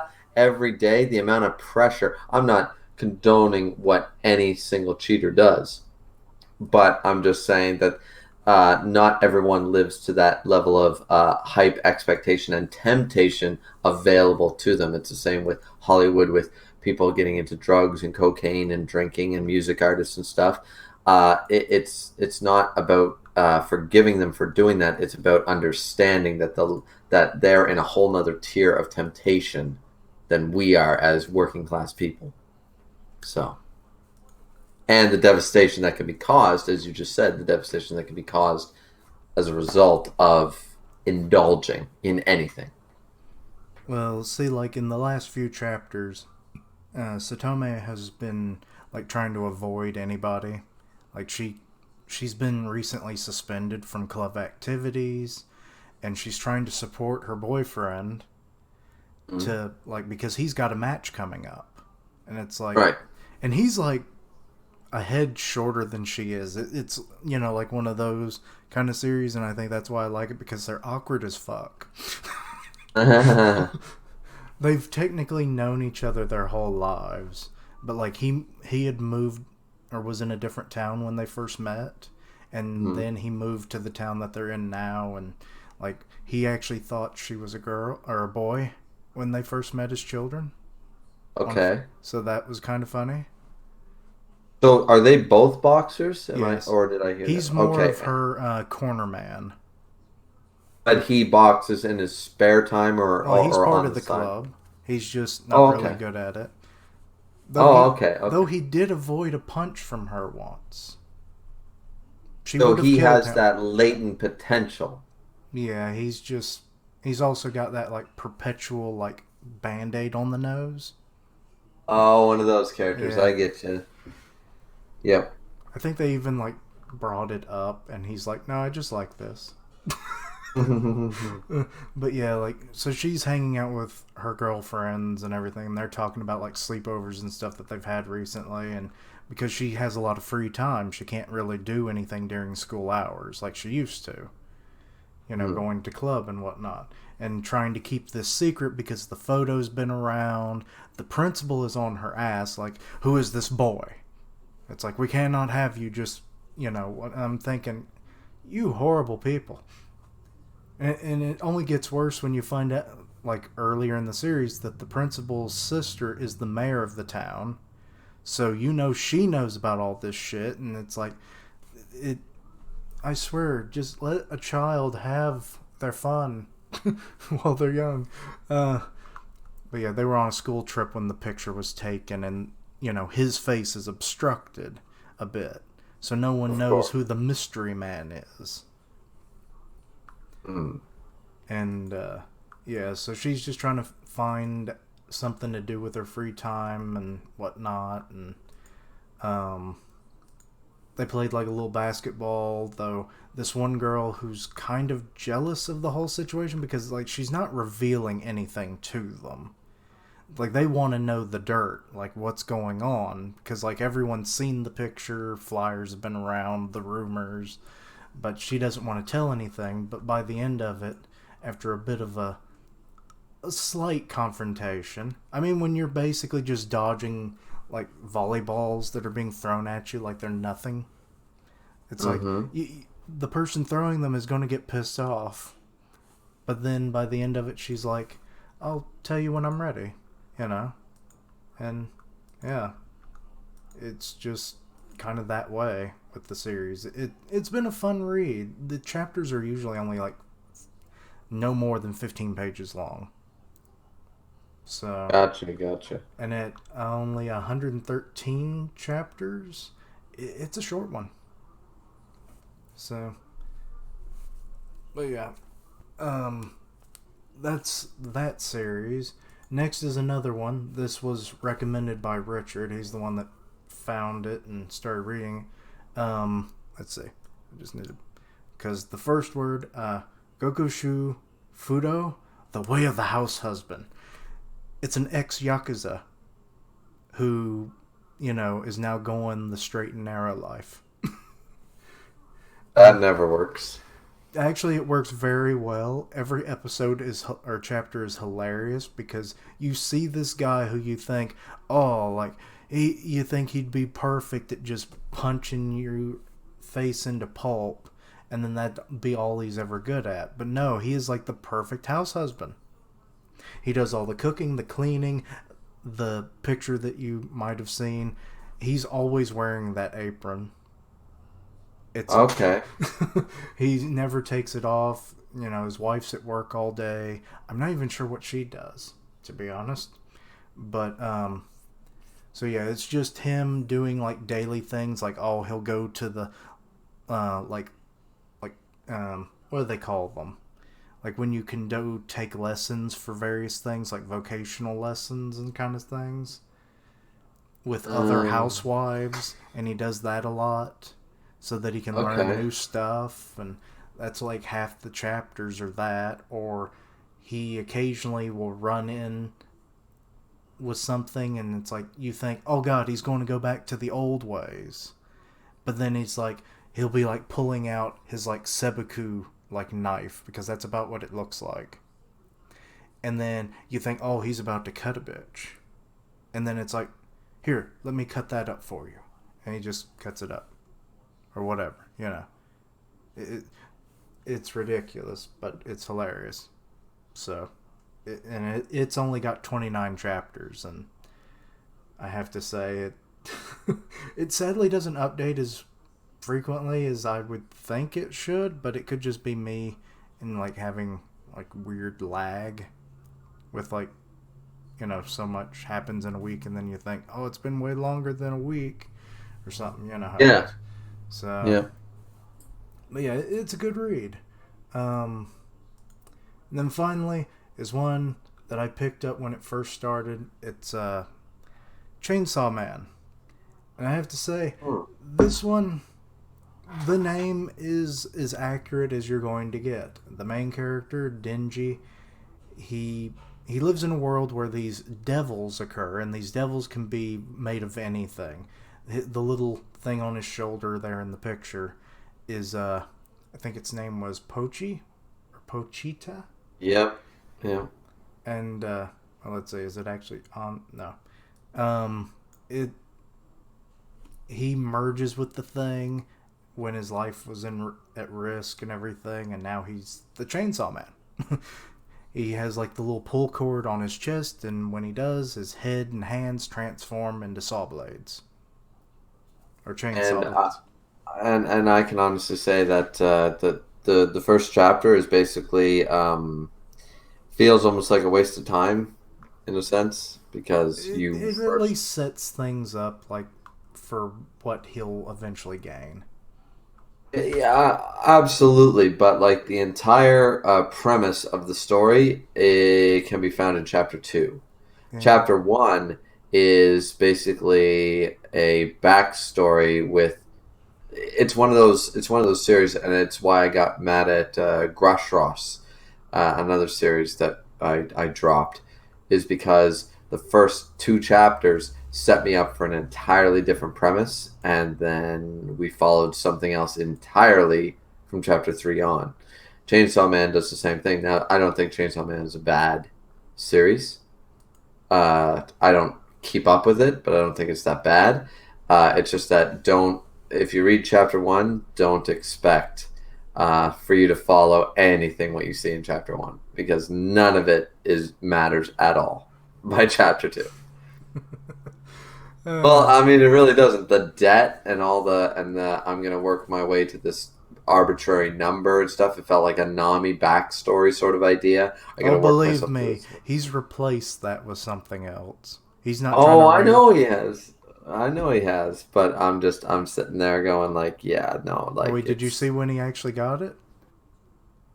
when he got what the money. No, the money isn't the thing anymore. Well, he's after the titties. I knew that part. He finally got them. Oh, did he? Yes.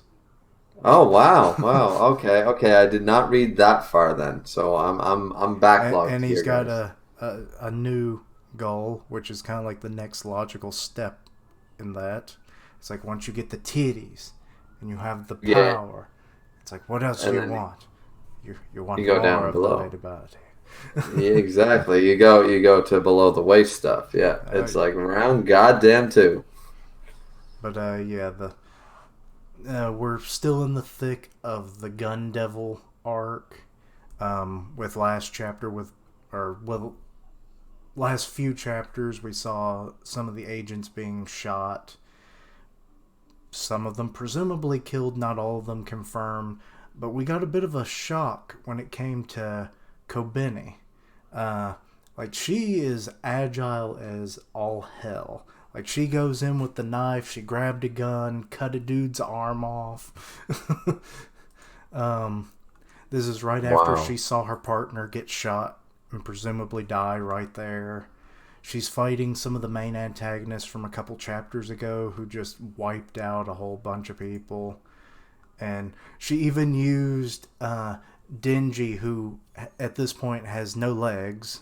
He's lost a lot of blood, so he's completely immobile. They were about to haul him off, the guys she's fighting. She uses him as a meat shield. It's like, sorry, I'm doing this. I think she actually deflected one of the bullets they shot back at the guy. Or at least it looked like. Wow. Yeah, So, so yeah, like, that's just insane. and now she's like, kind of worried about like, should I like, not even be doing this anymore? It's kind of crazy, crazier than I thought it was going to be. I don't want to do this anymore. Then we see Makima, who's the head of their particular division, and Hmm? like she was shot. She's perfectly fine now. We got to see something that she did where she was just like flattening people by sacrificing prisoners in the last chapter. And I was like, holy shit. Because That is, yeah. it basically life for a life is what it amounted to. And she specifically had wanted like life sentence prisoners, ones that were never going to get out. So it's like, hey, At least you'll be useful to society now, kind of deal. And Yeah. she's like with her two, like I guess you could call them bodyguards. They meet up with this one guy, uh, Madoka, and like he gives her a rundown of what's going on with all the agents being killed, and she's like, okay, what's the status, how many divisions are left, and it's like the first, second, and third and fourth were all involved in the shootings. So they're like going to combine the first and through third into one thing, and then I believe that was how it went. It was a little confusing when I read it. Let's see. Yeah, first through third divisions would combine, and then the fourth would combine with like her division, so that like because of the lack of manpower at the moment. And then he's like, "I'm resigning," and he hands her his paper right then. Because Wow. I was waiting for him to actually just outright be killed, but so yeah, there's some crazy stuff going on. I suspect she actually has some kind of connection with the Gun Devil, because what little we've learned is like it can kill whole groups of people, like 100,000 or so, in one go. Which is why this thing is so deadly, and it's been around for years, but no one knows where it is. You remember that? And this is just my speculation of when we first like learned about the past of the Gun Devil. But you remember that one angel in Evangelion, the one that was like in orbit, and it was like shooting a laser, and it was like just a sniper satellite essentially, Yeah, and they yeah. couldn't do anything with it because it was too far away. That's what I'm suspecting the Gun Devil's like. Okay, all right.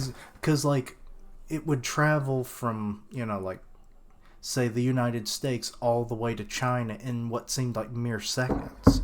How do you do that unless you're in orbit? Yeah, exactly.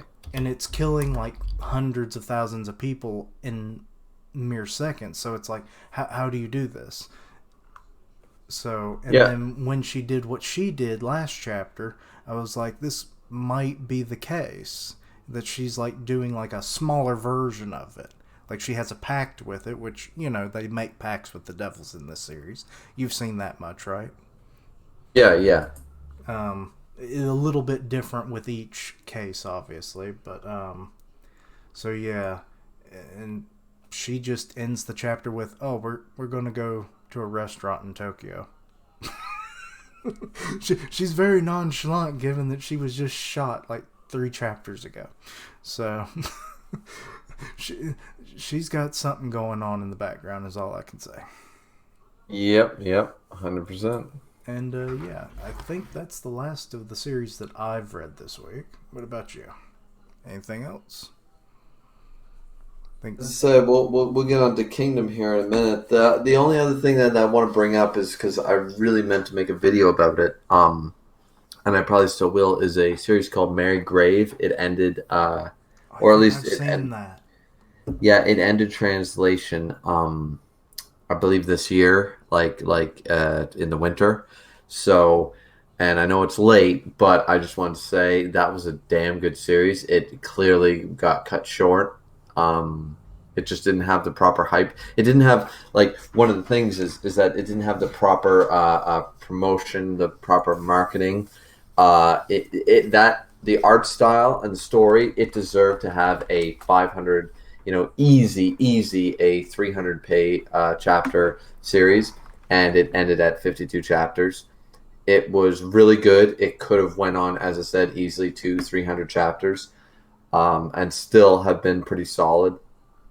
Unfortunately, it ended, but it was really good. I haven't actually read the ending myself. I stopped at chapter, I think, 44, 45, but I recently found out that it's, or maybe even later, I think like 47. Anyways, I just wanted to bring that up.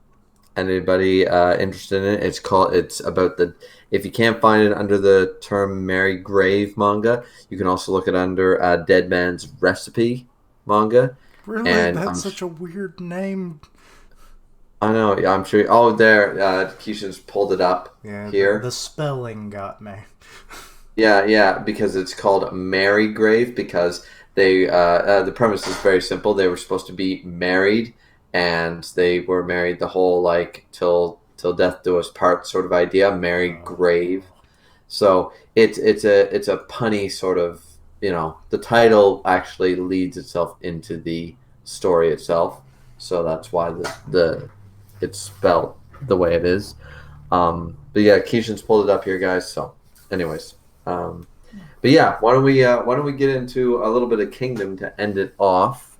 Um, Um, well, why don't we lead with you, Keishan? Because I don't know what chapter you last read. um, let's see. Just need to check my bookmarks. Hmm? Uh, I was 3 pages into 560.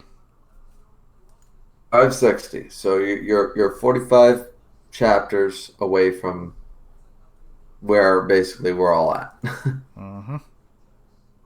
Okay. So what do you think so far? Why don't we just do a general overview and I'll do the same. That way it won't be too spoiler-y.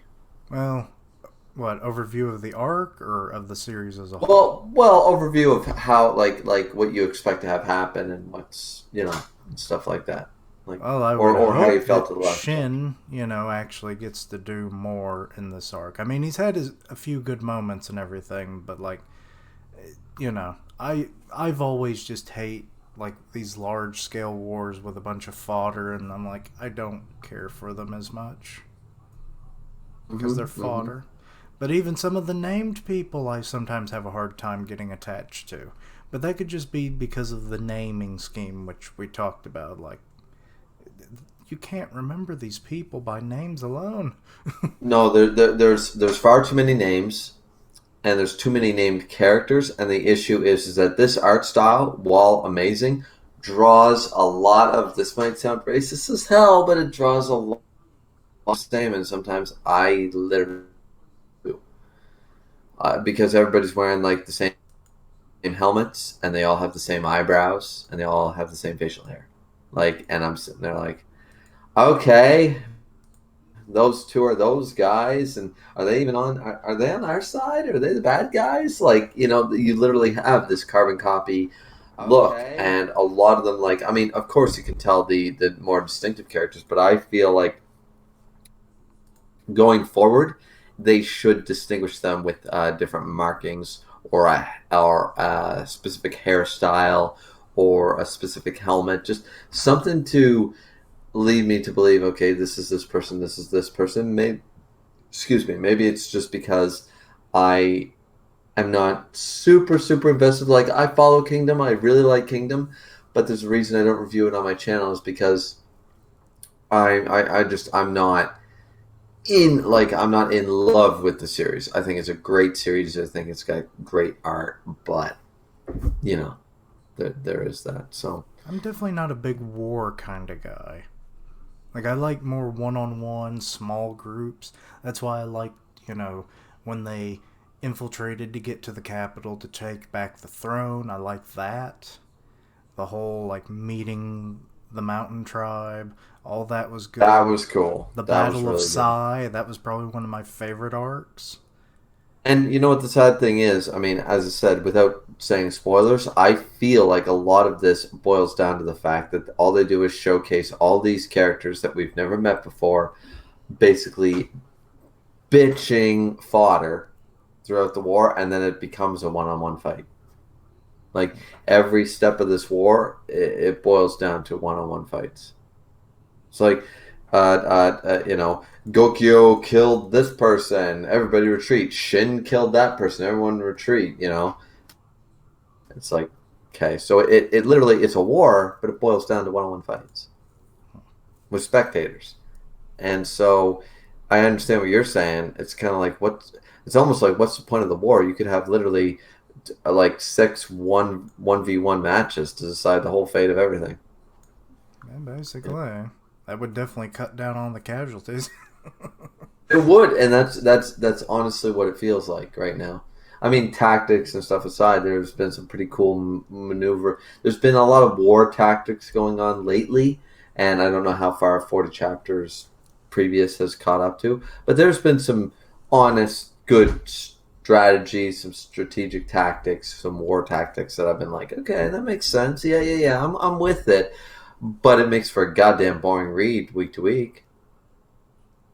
It might be better week to week for me because I'll be able to have more time to absorb. Because, like, you read, like, say, upwards to 10 chapters a day, and it's like, it's just page after page sometimes of just a lot of people that go unnamed or you don't really care about. You just see them moving around or clashing, and it's like, it really bogs down, the enjoyment for me anyway.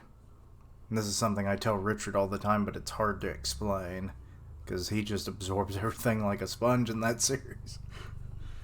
Well, I feel like it's one of those things where certain people get into certain things better. Like, as I said, I've been a part of a number of One Punch Man podcasts. Not the One Punch Man podcast, but podcasts involving them. Oh, he's actually commenting on it.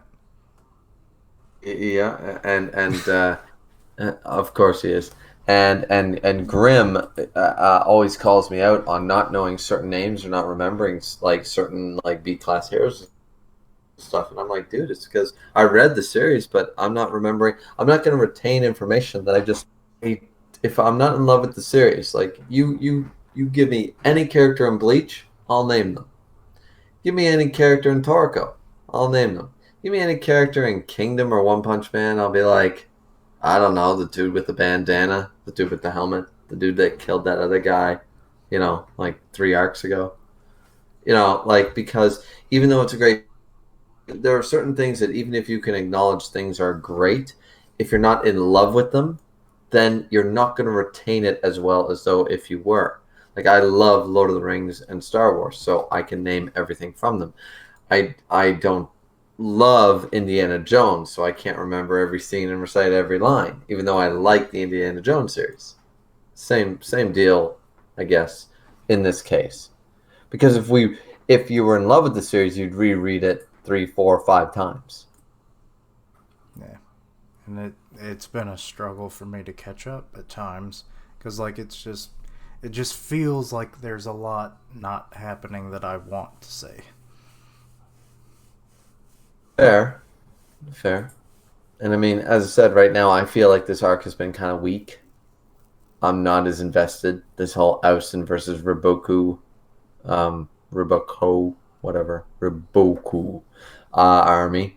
Um, it's gotten stale for me. It's dragging on way too long. I understand that wars drag on. They're not solved as quickly as in movies and stuff. But once again, we're not here to watch 4 years of World War One. We're here to see 1914, how it started in 1918. Here's how it ended.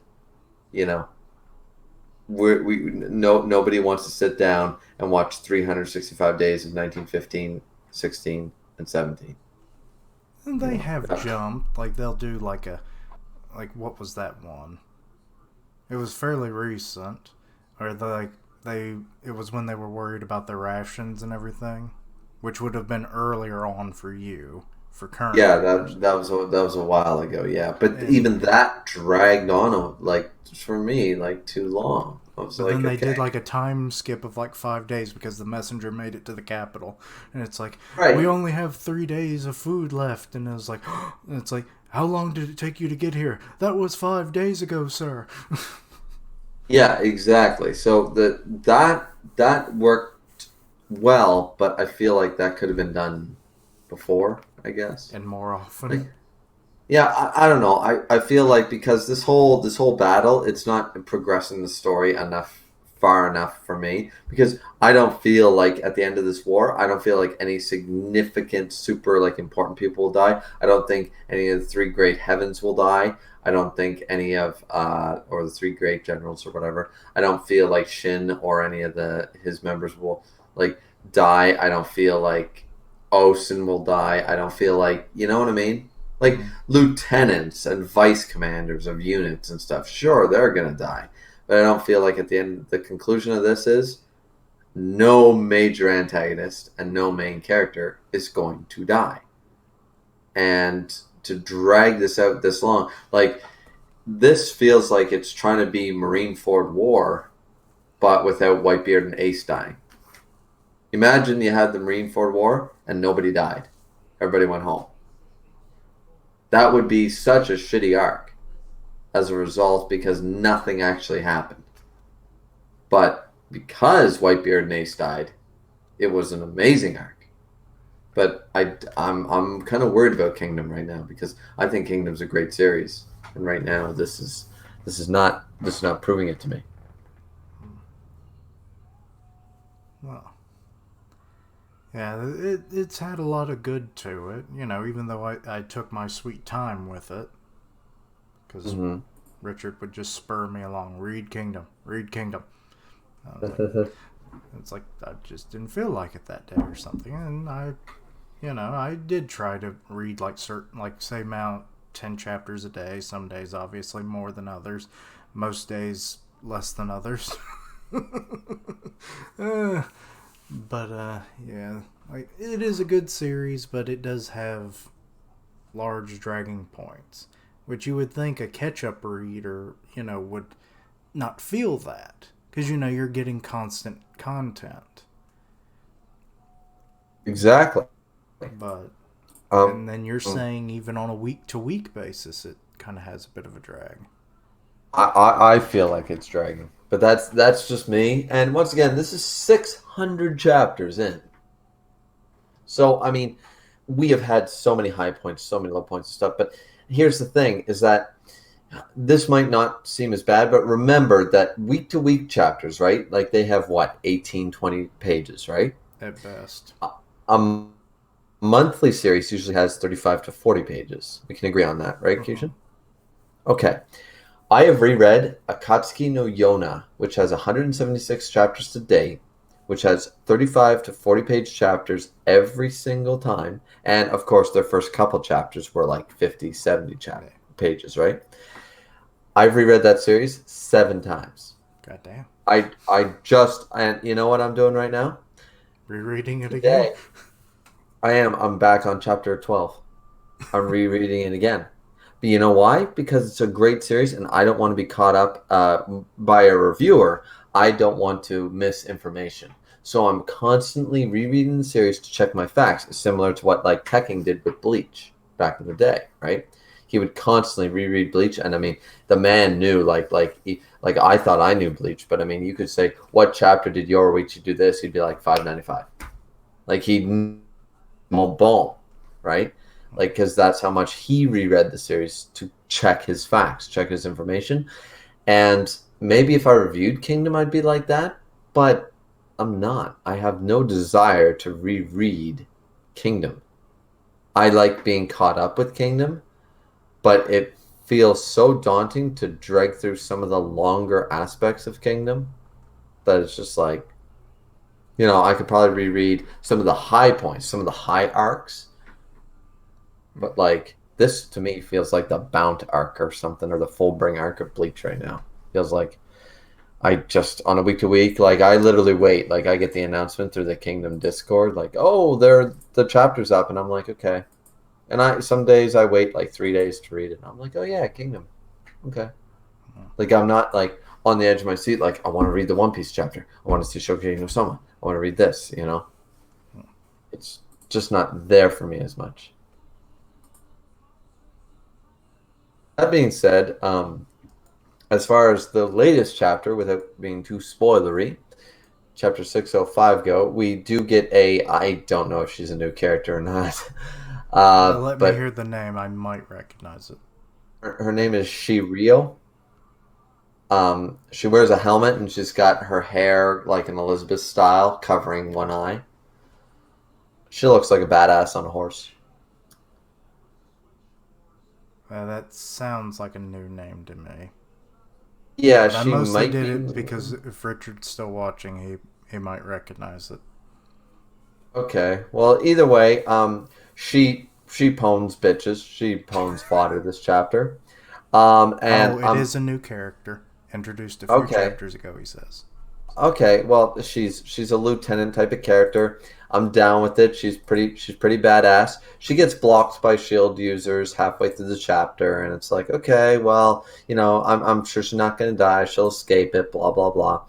And then we're down to war tactics and stuff. We see Austen, sitting on his horse, thinking he's all that in a bag of chips. Which sometimes I feel like he is, but sometimes it's like, dude, seriously, could you like literally not be the silent eye hole? That's how it is then, like, dude, go do something. When he'll impress me when he starts killing bitches, but sitting back Just and be the letting like your general that you're supposed to be.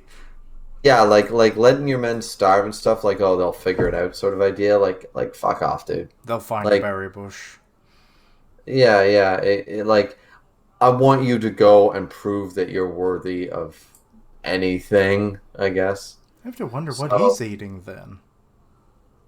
well, he's not in that starving encampment, right? He's in the back, Oh, so they're okay, um, figures. as far as I'm aware. That's why his Now, ass hasn't done anything. He don't want to go into the front lines to well, starve that's too. and I've been saying this for a long time, but this is going to be a bit of a spoiler, Keishan. But Austen actually does, at the end of the chapter, he's bringing himself and his main force to the forefront. Well, it's cool. It would give me something to expect. Because, Yeah, I'm super hyped for the next chapter. Like, I know I've been like kind of bitching on the series about dragging on and blah blah blah, but this is the hype moments we need. This is what we need. We want to see Austen in action because we've never seen that before. I want to see it. I want to see him do his shit, and he's like, "Yeah, now's the time." Like, he played the waiting game, and I understand war tactics, and I get it. I get it. Like, he's waiting for that opening to do his shit, and now he's got that opening. He feels, and he's gonna charge forth himself. And I'm like, okay, all right, all right, all right, all right. I'm I'm there. I'm Matthew McConaughey. All right, all right, all right. There. We'll talk about that later. All right. I'll come in my So Lincoln. exactly. So yeah, I'm really I'm hyped for 606. I think it'll be a really good chapter. I want to see him do because this point in the series, we've seen all the amazing characters be amazing. Like Aoki, like Shin, like I always forget his name, but Aoki's lieutenant, who's on par with fucking like one of the six great generals of the Toe. heavens. Yeah, Toe is fucking incredible. Like, everyone's like, oh, they had no idea he was basically like the hidden gem because he was under Aoki the whole time, so he stayed hidden, I but think he they is still mentioned at one point it's like he's always been hiding in Oki's shadow. exactly So, he's been. And it kind of reminds me of a game called Fire Emblem Path of Radiance and Radiant Dawn. The Ike games, for those of you who know Ike in Nintendo, is because there is the Lion King Kanigas, who's like the strong Lion King. He's the Beast King. He's the strongest. But there's his shadow lion called Gifka. And Gifka is nearly in stats and in storyline, he's almost the king's equal, but he is his bodyguard. He's his ninja shadow warrior. So he stays off the radar. Nobody knows about him, but he shows up and he's like, I'm going to kick the shit out of everything. And that's the same with Toe, I feel. Like, he was the same idea, and nobody suspected that, like, your lieutenant was that strong on the strength of a general. So I'm hyped. I want to see it. I think it'll be really cool.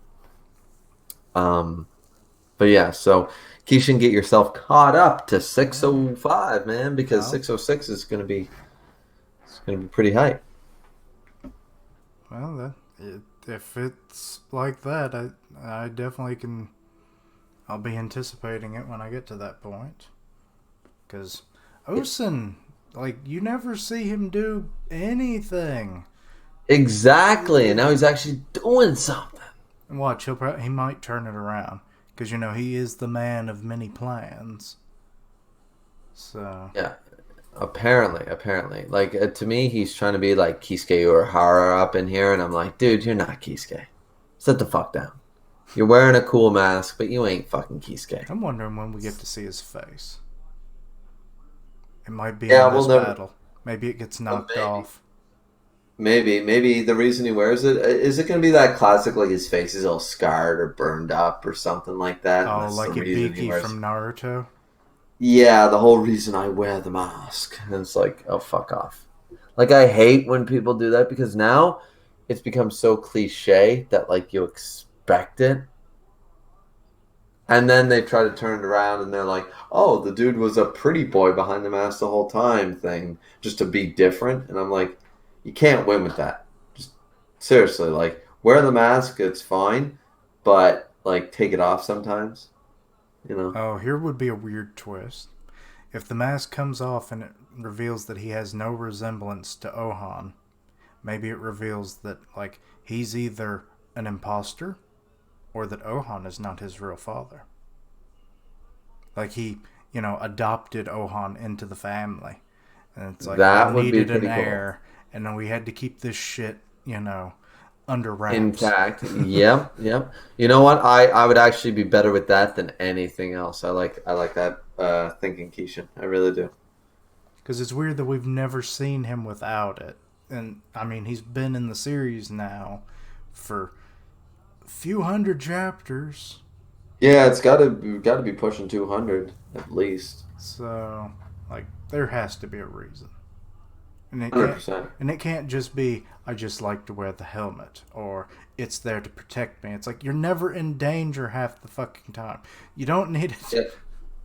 Kingdom is not one of those series that has the whole like gag reason why characters have the look sort of idea. Yeah. So they're not going to do that. So he has to have a reason to wear the mask. You know. At least I think so. But yeah, I like your idea. That would be cool. Or some other type of shame. Or even if they gave us a backstory where he was like, I promise never to show my face again. Until My I became disgrace. king. Right, my honor wouldn't allow it or Actually, something. Like I maybe could. that's actually the reason is that like he views himself more as a knight or something right now, but then so he has to don the mask, so to speak, of that role. But then once he creates his own nation or whatever, his plan in the background, that's when he finally takes the helmet off Yeah, because that would play well into that his would be character pretty cool. too. I'd be pretty good with that. So, but anything else we need to cover? No, I think we're good. I think this live stream went on longer than we thought. I think it's like 2 hours plus now. Yeah, next week or next time we do this, I may not just jabber on about like the basics of the series as much. Yeah, yeah, and same with me. Like near the halfway point, I was like, okay, I want to cover these three series, and I'm like, all right, I'm gonna go really quick, like 5 minute segments on them because that's the problem. Like you and I, we spent probably the first 45 minutes discussing just two, Taizai and One Piece, right? Which Well, is fine. they're the big ones. Like That those are makes sense. they're the big ones that we both cover, so that's fine. But then it seems to take a little longer than we But anticipated yeah, I for other figured parts. it gets you initiated to some of these series that you haven't read, and the audience if they haven't heard or read them before, Yeah, yeah, 100%. and then I So won't have to cover it again because it's like you can exactly, you can look it up yourself. exactly. So next week, as I said, I don't know, Keishan, if we're going to. We haven't really talked about it yet, folks, but I don't know if we're going to be switching off. Like, I'll do the next one on my channel, and Keishan will do every odd number. I'll do every even or something like that.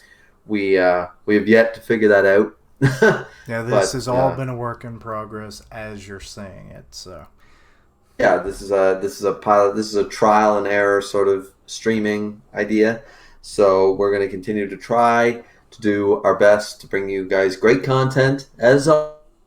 And yeah, that's all I got to say. Plugging the Boar's Hat podcast, plugging both Keishan Prime and myself, Griever, plugging Sundown Rider, plugging Nia D. Hemmings. Grim That's all I Reaper, can think of. Yeah, that Grim. Yeah, of the course, One Grim as Punch Man always. podcast, which maybe in the next week another chapter will drop. There you go. There you go. So, yeah, we're plugging all our favorites, all the greats, and yeah, guys, we will, I guess, be back here next week. Uh, Let us know of any series that you read and whatnot, and maybe it'll pique our interests, and we might talk about it next week. Who knows?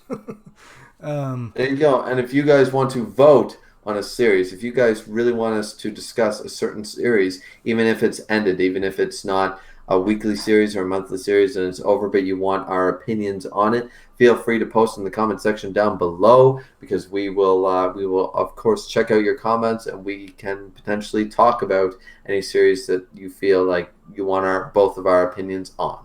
and plus, we've read numerous manga, before this. So, like, we've read the stuff to its conclusion a lot of times, so it would be easy to talk about stuff that's already been and gone. Absolutely. So, do you want to sign us out, Keishan? Yep. I'm not really sure how to sign this off. Like, in the normal way. But, yeah, everybody, thank you for coming to the stream and watching whatever part that might have intrigued you or you liked. Again, links to everything, Griever's channel, my links, all down below in the description. And yeah, let us know how you liked it, all that good stuff. And yeah, thank you for watching. Like, comment, and subscribe. And until next time, roll out.